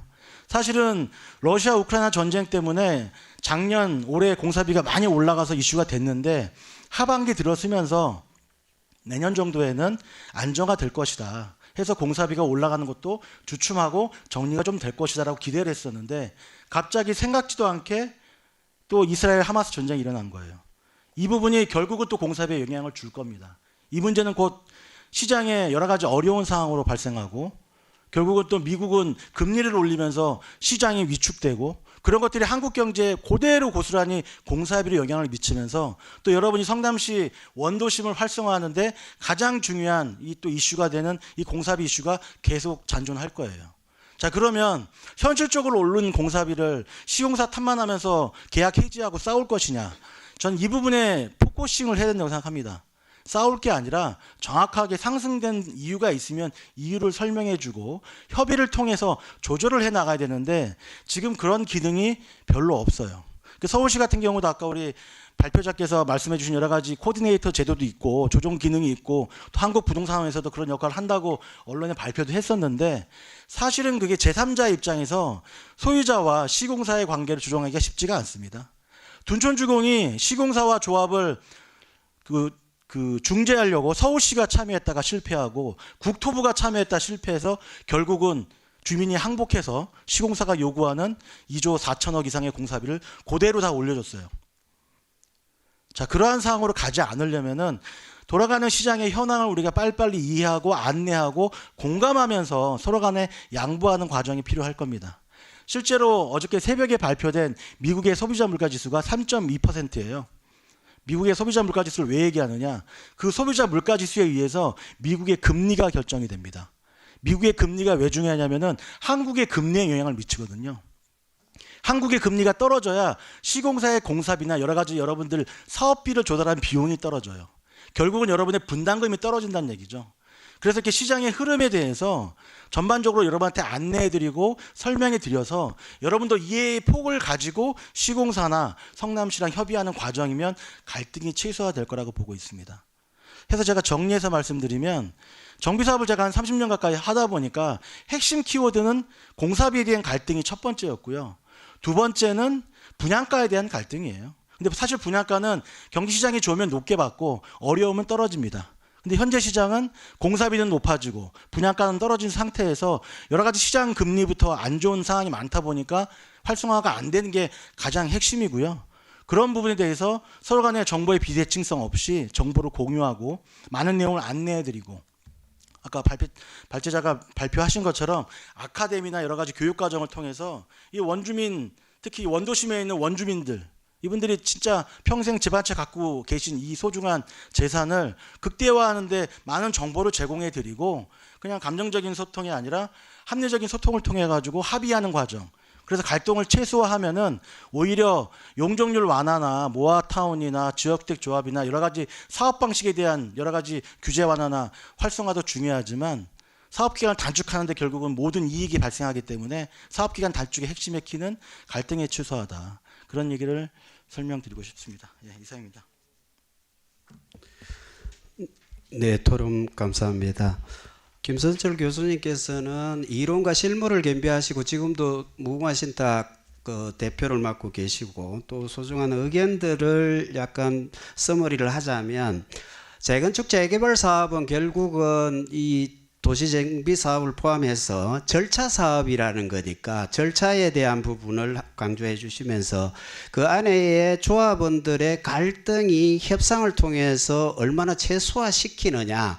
결국은 개발 사업이라는 것은 시간을 짧게 단축하느냐에 따라서 그 결과가 달라지기 때문에 특히 갈등을 조정하는 기능들에 대한 부분들, 그래서 뭐 정보의 비대칭성도 말씀해 주셨고 또 코스의 정리라고 하는 부분들이 협상 비용이라는 부분들이 있는데 그런 부분이 아마 이렇게 조합원들끼리의 어떤 협상 부분을 간에서 공적에서 조금 서포트를 함에 따라서 조금 최소화해지는 이런 부분들도 필요하다라는 것이고, 특히 지금 거시 경제 변수들이 지금 공사비라든지 또 분양가라든지 이런 부분에 리스크로 작용하고 있는 것들을 강조해 주셨고, 또 그런 부분들이 지금 조금 더 어찌 보면 도시의 경쟁력을 키우기 위해서는 원도심 재생 플러스 도시 정비 사업들이 좀 더 도시의 경쟁력을 높인다는 측면에서 보면 아카데미가 필요하지 않나라는 의견을 주셨습니다. 다음으로 최선웅 부회장님 토론을 이어가겠습니다. 네, 반갑습니다. 도시정비협회, 그러니까 잘 모르실 수도 있는데요. 쉽게 말씀드리면 2003년도에 도시 및 주거환경정비법이 생겼지 않습니까? 그때 생기면서 정비사업 전문관리업자 제도가 생겼고요. 정비업체라고 흔히들 하죠. 정비업체의 모임이 도시정비협회입니다. 저는 개인적으로 96년부터 이제 정비업을 했는데 그때 당시에는 행정용역이라고 했습니다. 도정법 이전에는 사실 시공사가 다 좌지우지했고 또 설계가 좌지우지했고 행정용역은 사실은 서류 만드는 정도에 지나진 않았었습니다. 근데 그 이후부터 한 20년이 흘러왔는데 사실 정비업체가 사업 초기부터 사업이 여러분들 입주 해산 청산할 때까지 사실은 조합의 오른팔 왼팔의 역할을 하거든요. 사실 20년 지나면서 과거에는 사실 좀 제사보다는 제법에 관심이 많은 브로커들도 많고 했습니다만은 지금은 어느 정도 좀 전문가 조합의 업무를 대행하는 대행사로서의 역할을 좀 자리는 잡아가고 있는 것 같습니다. 근데 개인적으로 조금 더 영향을 높여야 된다고 생각은 하고 있는데 사실 정비업체는 제일 처음 여러분들을 만납니다. 시공사 전에. 근데 저희들한테도 사업장에 의뢰가 들어오면 제일 먼저 판단하는 게 사실은 사업성화가 분양성을 봅니다. 과거에는 정비업체 사실 보지 않았어요. 시공사가 봤지. 시공사가 들어가면 우리 그냥 따라 들어가서 일하면 된다 이런 생각을 가졌는데 그렇게 판단하지 않습니다. 저희들도 사업성 분양성이 없으면 검토를 할 수가 없습니다. 왜냐하면 그거는 결론은 조합의 동의율과 연결되고 나중에 사업이 진행되느냐 마느냐를 결정할 수 있는 부분이죠. 사실 도시정비 사업이 주거환경을 개선하고 기반시설을 개선한다는 대전제는 있습니다만은 사업성이 없으면 할 수가 없습니다. 주민들 입장에서는 돈이 안 남는데 동의할 이유가 없죠. 그 다음에 저희가 중요하게 보는 거는 사업 주체, 즉 위원장의 가치관이나 도덕성을 봅니다.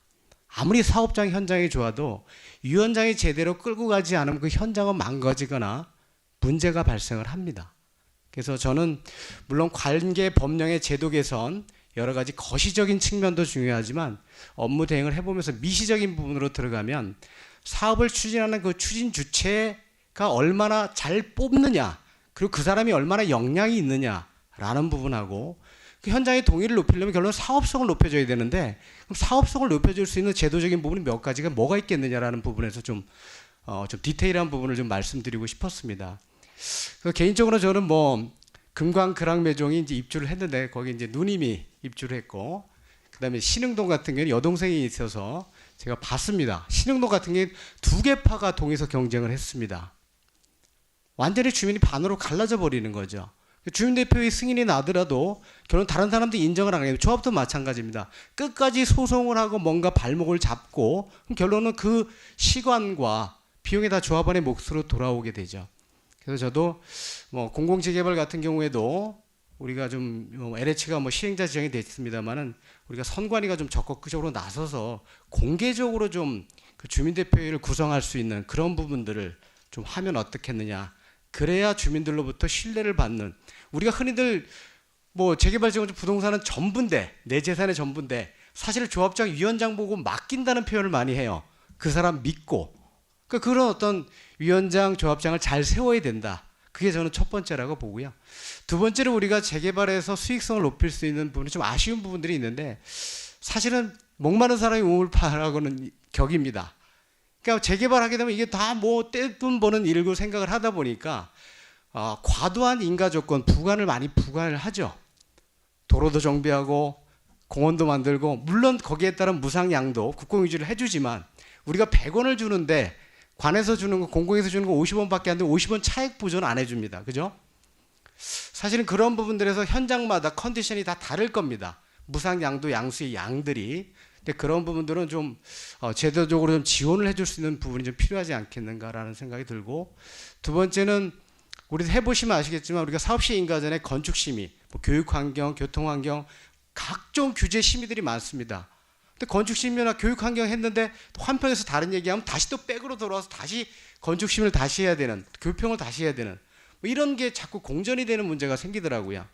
그래서 서울시도 최근에는 통합심의를 많이 도입을 하고 있어서 각 전문가들의 의견을 한꺼번에 의견을 맺혀서 심의를 끝내주면 자꾸 피드백하는 일이 없어지겠죠. 그러면서 시간이 좀 단축이 될 수 있는 효과가 있을 수 있고, 그 다음에 임대주택 물론 필요합니다. 서민들을 위해서 세입자 대책을 세워야 되니까.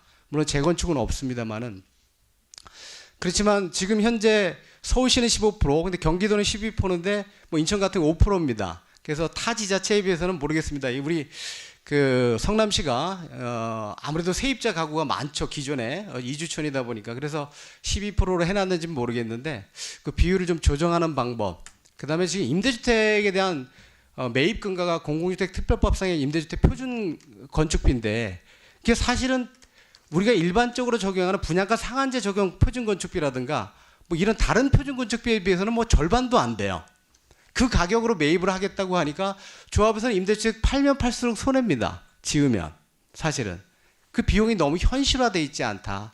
그래서 어떤 사업을 추진하는 주민들의 부담금을 낮출 수 있는, 제도적으로 그럴 수 있는 부분들을 몇 가지 좀 보완을 해서 그렇게 갔으면 좋겠고, 그리고 사업을 추진하는 주체를 구성하는 부분에 있어서는 좀 투명하고 공정한 게임의 룰이 될 수 있도록 해줬으면 좋겠다라는 게 제 의견입니다. 네, 감사합니다. 네, 감사합니다. 두 가지를 요약하면서 그 안에 내용들을 보면 두 가지가 사업성 제고 방안과 또 조합장의 어떤 리더십에 대한 부분을 강조해 주셨습니다.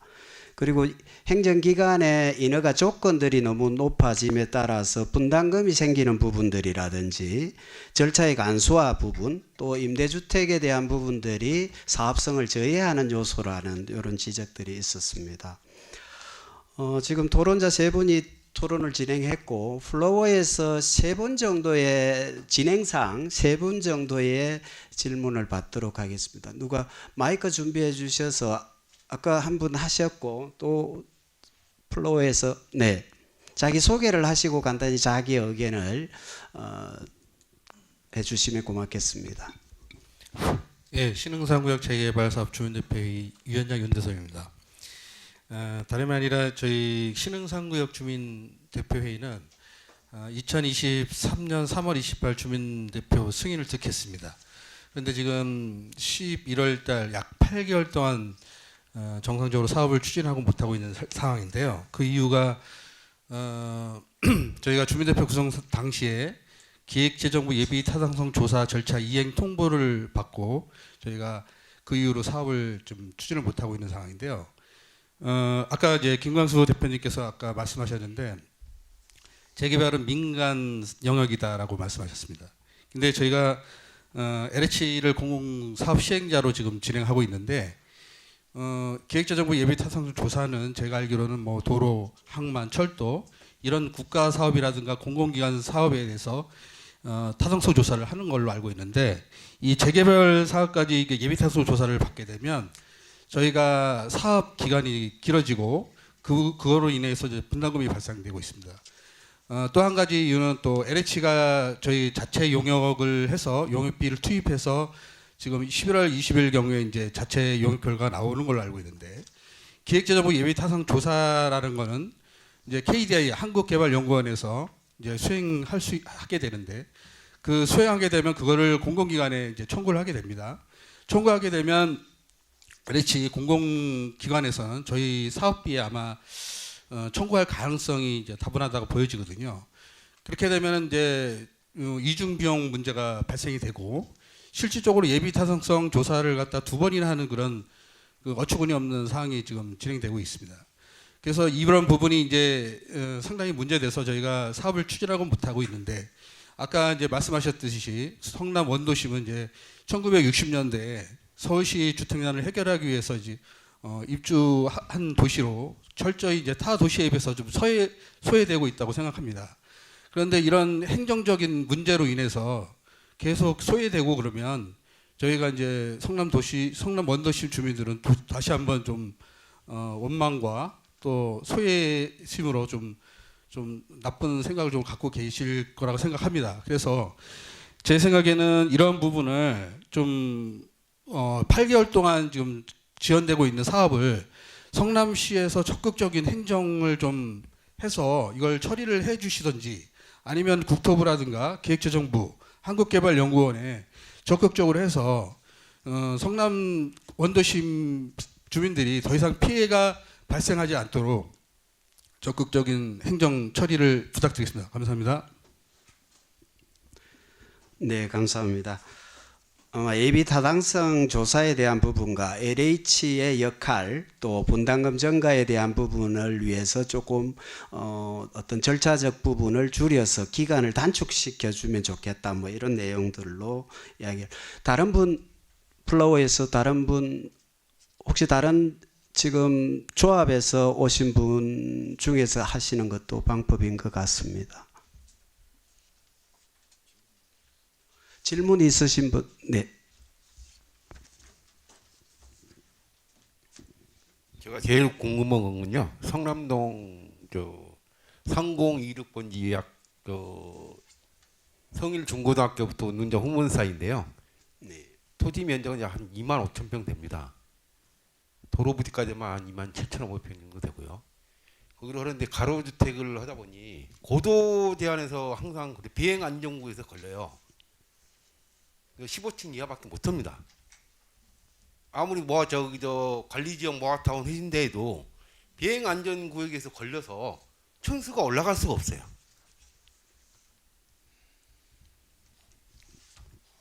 그리고 또 한 가지는 관리지역에 대해서 용적률 상향이라든가 지하철 역세권에서 350m 이 완화를 서울은 그건 하고 있어요. 서울은 하고 있는데 성남시는 아직 그 추진하는 데가 한 군데도 없어요. 그리고 250m, 320m 거리가 전 필지가 다 포함돼야 돼요. 일부 조금만 빠져도 그건 해당이 안 됩니다. 그런 부분을 약간 유도리 있게 좀 해주셔야 되는 거지. 다 100% 들어간다면은요, 그 역세권 안에 있는 건 다 대부분 상업지역이죠. 그 부분을 좀 알고 싶고요. 만약에 비행 안전구역이 5구역에서 6구역 그 사이가 말은 완화시키니 뭐니 하는데 어느 정도 시기쯤에 돼서 되는 건지 그것 좀 알고 싶습니다. 네, 감사합니다. 이 부분은 또 아마도 지금 아마 고도 제한 완화에 대해서는 추진 중에 있는 걸로 알고 있습니다. 그리고 여기 있는 분들은 아직 답변을 드릴 수 있는 그런 부분은 아닌 것 같고, 아마 공무원분들한테 아마 서면으로 요청을 해서 답변을 받을 수 있는 사안으로 보이고, 특히 지금 15층 이하라든지 고도 제한, 또 용적률 초고층에 대한 새 집의 수요, 이런 부분들은 다 인식을 하고 있다고 생각을 합니다. 또 한 분 토론에 참석하실 분 마이크. 네.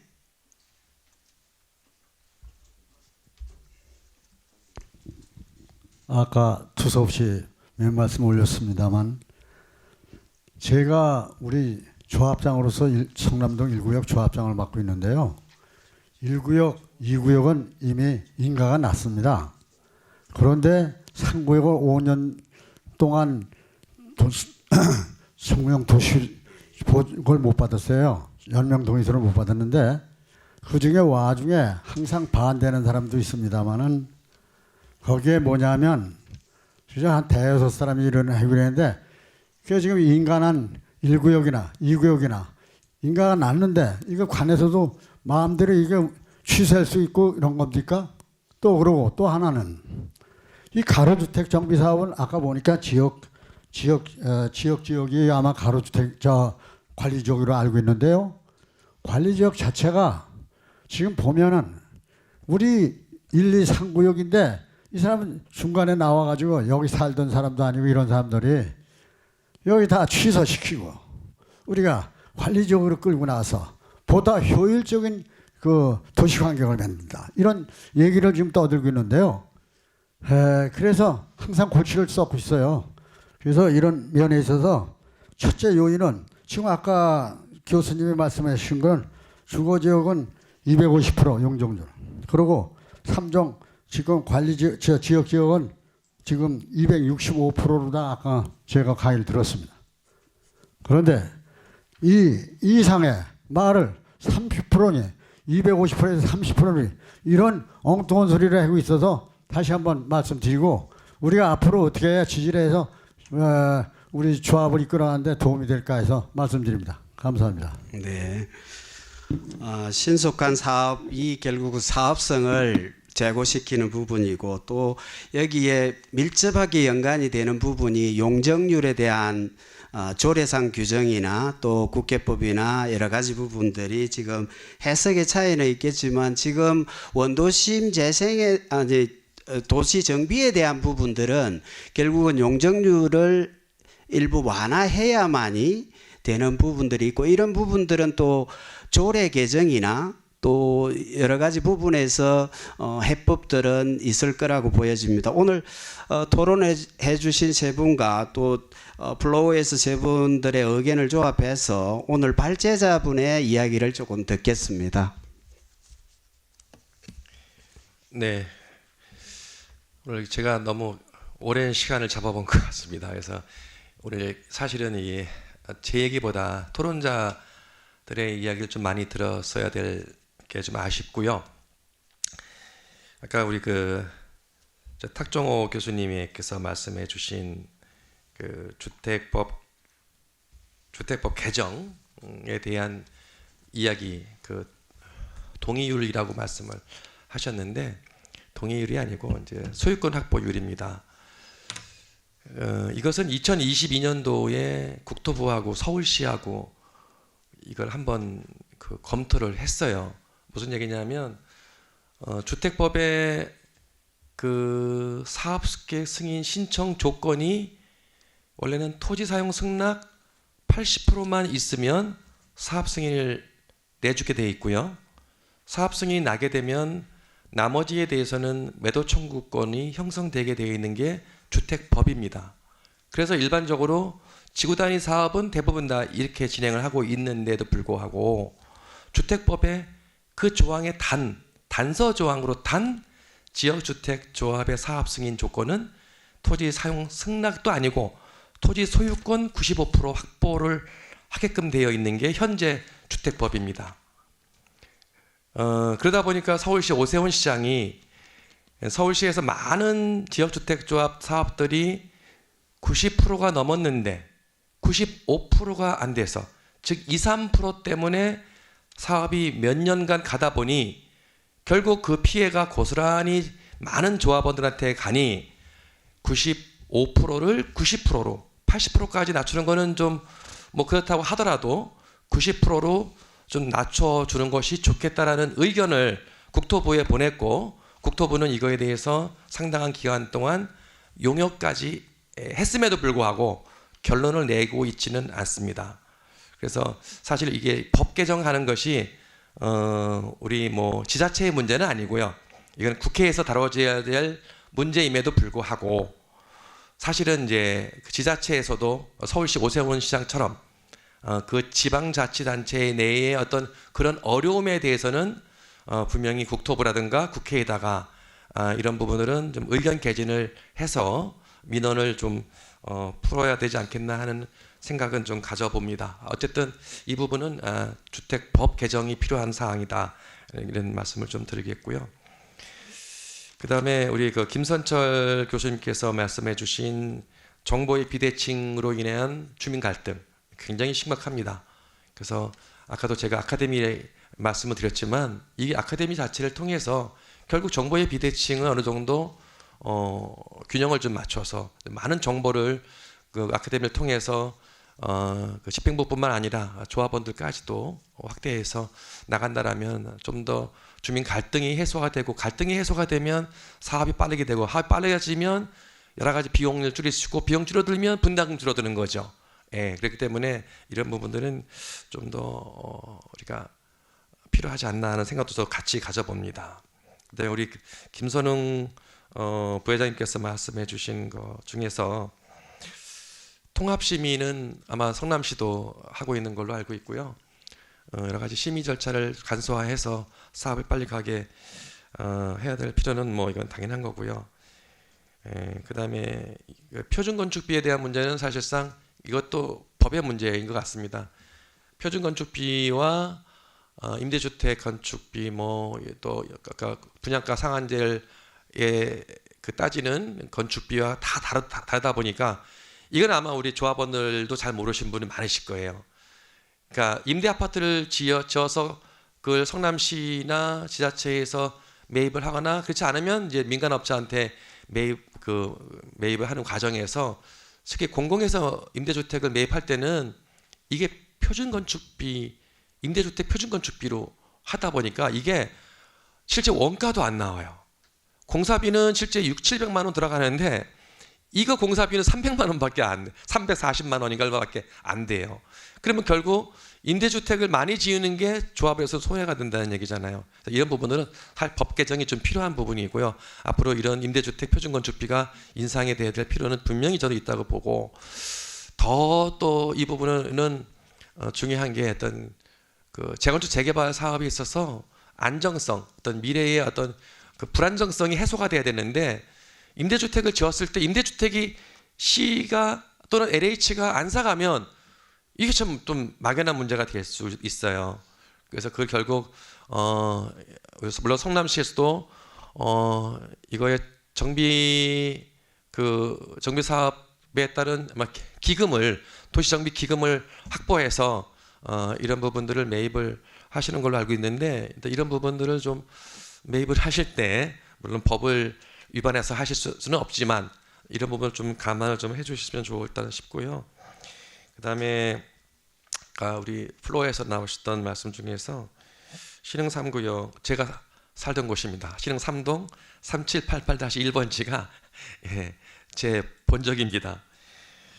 사실 예타가 우리 민간 부분 사업에서 해야 되는 게 참 이례적인 건데 사실 LH가 이제 공동 사업자로 들어오다 보니까 그런 문제가 있는 것 같습니다. 근데 우리 이거 예타를 해서 안 된다고 나오면 안 할 건가요? 그죠? 사실은 그 지역 자체가 이미 노후도가 법적 조건을 훨씬 넘어섰고 주민의 지금은 재건축의 안전 진단 기준도 바뀌고 있잖아요. 오히려 완화를 했어요. 주거 환경 기준을 오히려 높이고 있단 말이에요. 건축물 안정성보다는 거꾸로 주거 환경에 대한 평가를 높이고 있는 이런 와중에 사실 예타를 한다는 것은 저로서 개인적으로는 좀 이 부분들은 좀 지금 우리 그 일기 신도시 특별법에서도 안전진단 자체도 지금 뭐 예외적으로 법에서 이 부분들은 뭐 안 할 수도 있다는 이런 식으로 가고 있는 와중에 사실 재개발 성남시 같이 40년, 50년이 넘은 재개발 구역에서 예타까지 해가며 산다는 것은 좀 불안정하지 않냐, 평등하지 않지 않느냐 하는 생각을 개인적으로 가져봅니다. 참 안타까운 일입니다. 그리고 아까 가로주택에서 말씀하신 거에 대해서는 아마 그 부분이 아마 저기 모아타운을 얘기하시는 것 같아요. 모아타운을 얘기하시는 것 같은데 이 모아타운 제도는 사실 제가 이 단시간에 말씀드릴 수 있는 내용이 아니라 어쨌든 그런 제도적인 면이 있으니 그런 부분을 충분히 검토해서 하는 정도가 필요하다. 그렇게 일단은 답변을 드리는 걸로 가름하겠습니다. 네, 감사합니다.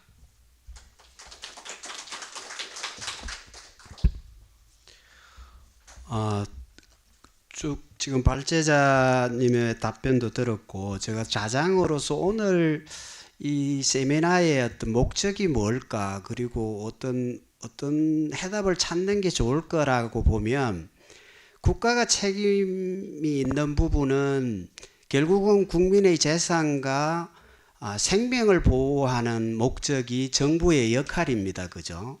그런 부분에서 보면 우리 주거권의 개념에서 최소 주거 기준이 15스퀘어미터 정도 됩니다. 한 5평 정도 되는 거예요.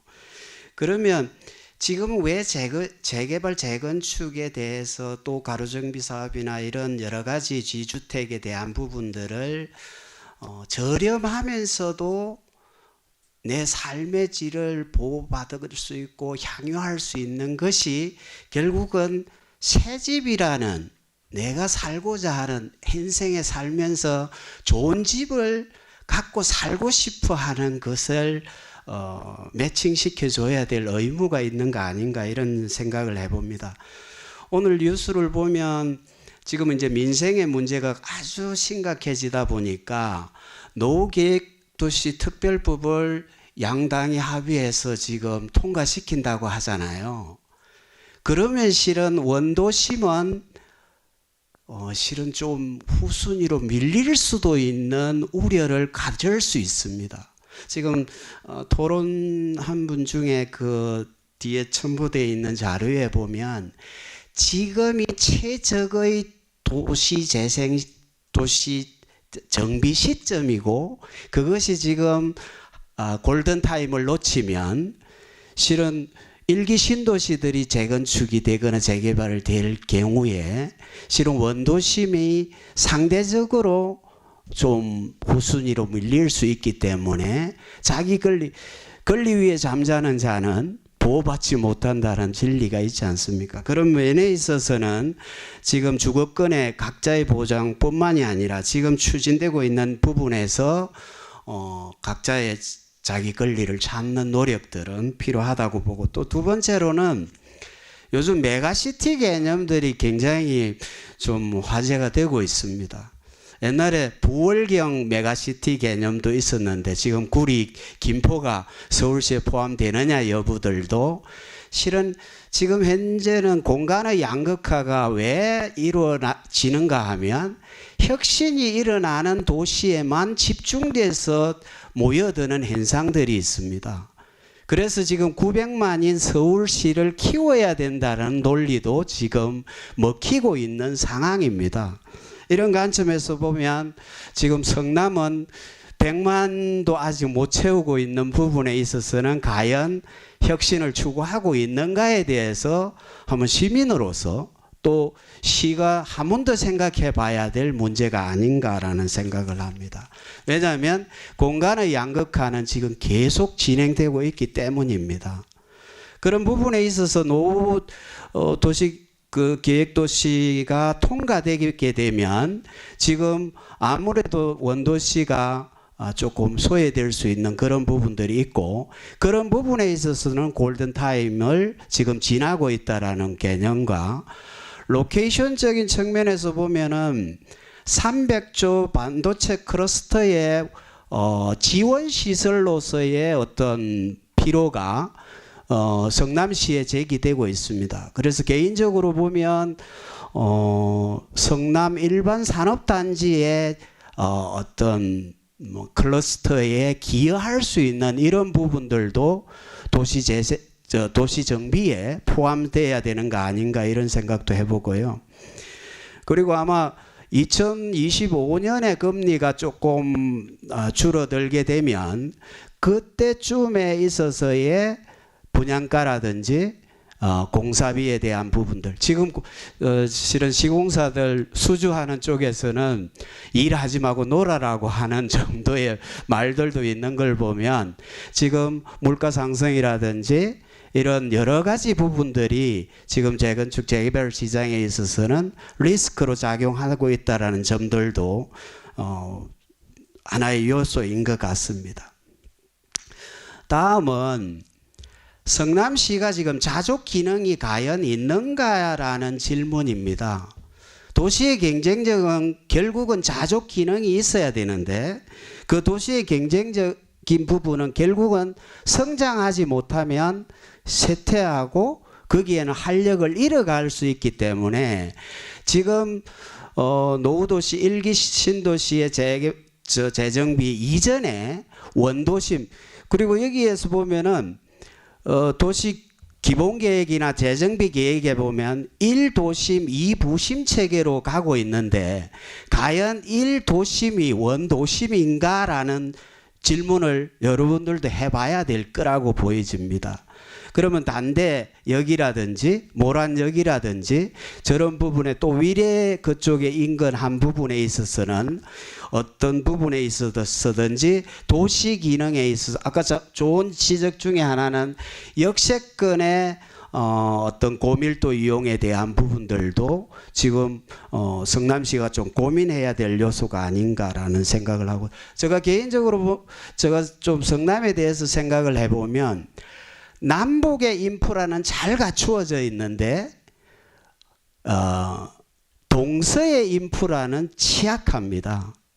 그런 부분에 있어서도 남북으로 축이 되어 있는 부분을 동서로, 그게 이제 공항의 역할들도 좀 있겠지만 그런 부분들도 지금 도시계획에 반영되어야 되는 그런 요소라고 보여집니다. 오늘 주제가 그 민간의 역할, 민간 부분 참여 확대 방안이니까 그런 부분에 있어서 공공의 역할보다는 민간이 조금 더 시장에 참여하는 이런 부분들도 오늘 토론 내용에 있어서는 좀 부족했지 않았나라는 생각을 해봅니다. 제가 자장으로서 조금 코멘트를 하면서 오늘 이 시간이 조금 있기는 한데 그래도 약간 시간을 준수하는 것도 자장의 역할이라고 합니다. 그래서 총평을 오늘 주관해 주신 의원님의 총평을 듣고 마무리를 하는 걸로 그래야 하겠습니다. 감사합니다.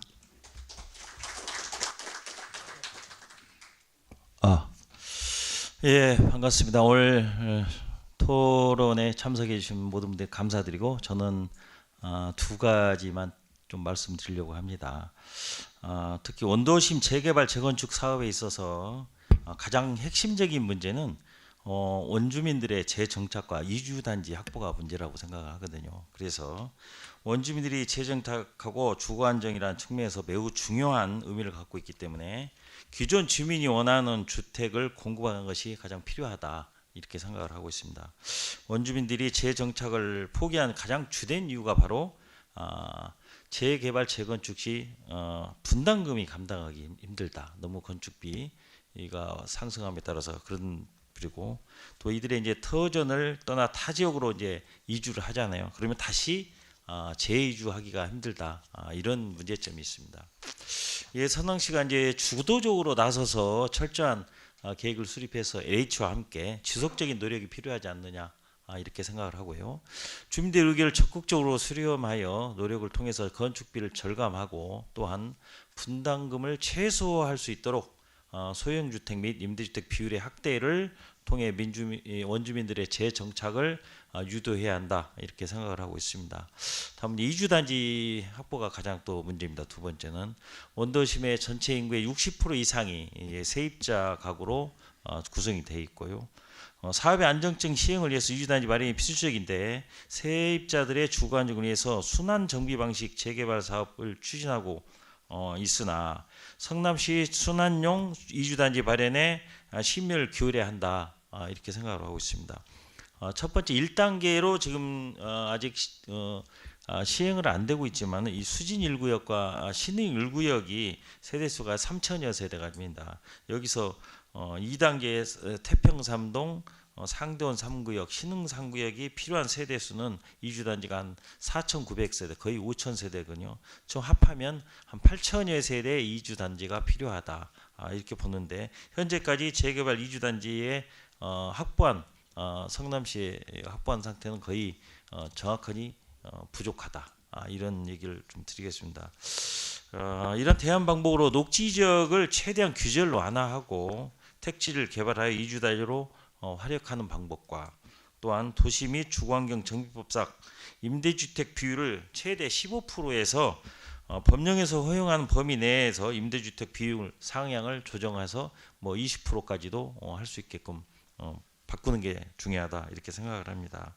원도심의 저소득 독거 노인들의 취약계층 가구 수가 다수 거주하고 있으니 이들의 사회 경제적 상황에 맞는 순환용 주택 물량 확보를 위해서 임대주택 비율을 확대하고 임대주택의 평형을 다양화해서 취약계층 가구도 함께 공동체 공간에 마련될 수 있도록 하는 것이 필요하다 이렇게 생각을 하고요.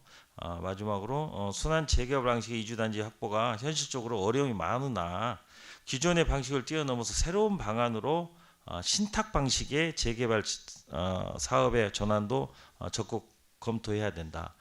또한 민간 임대주택 사업도 적극적으로 검토해서 성남시에 장려해야 되지 않느냐 이렇게 생각을 하고 있습니다.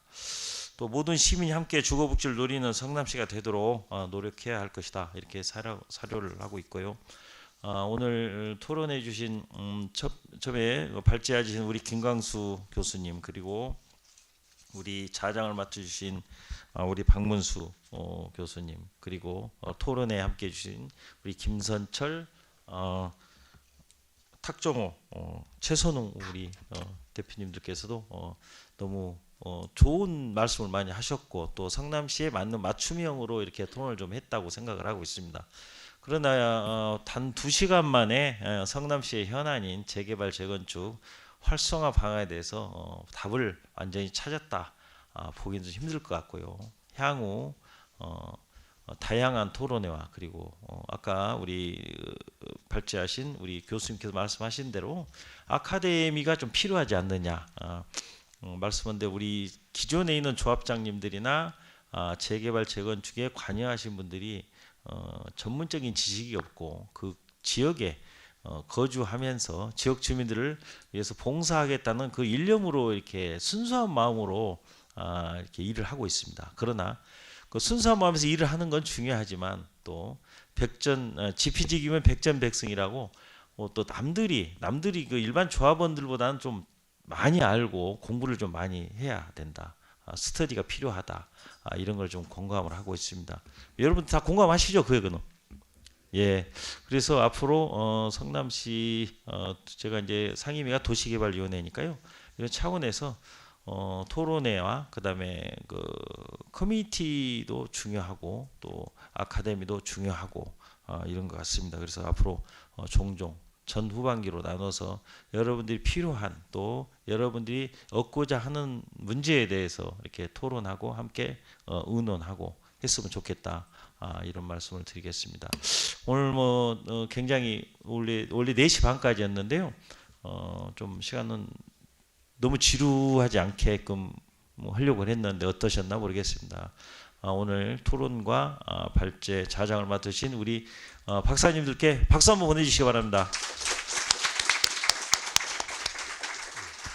장시간 오늘 이렇게 토론에 경청해 주셔서 감사드리고 앞으로 성남시 발전과 우리 지역 사회 재개발 재건축 원도심 도시정비 사업의 활성화를 위해서 저도 최선을 다하겠다는 말씀을 다시 한번 드리고 약속드리겠습니다. 고맙습니다. 이상 마치겠습니다.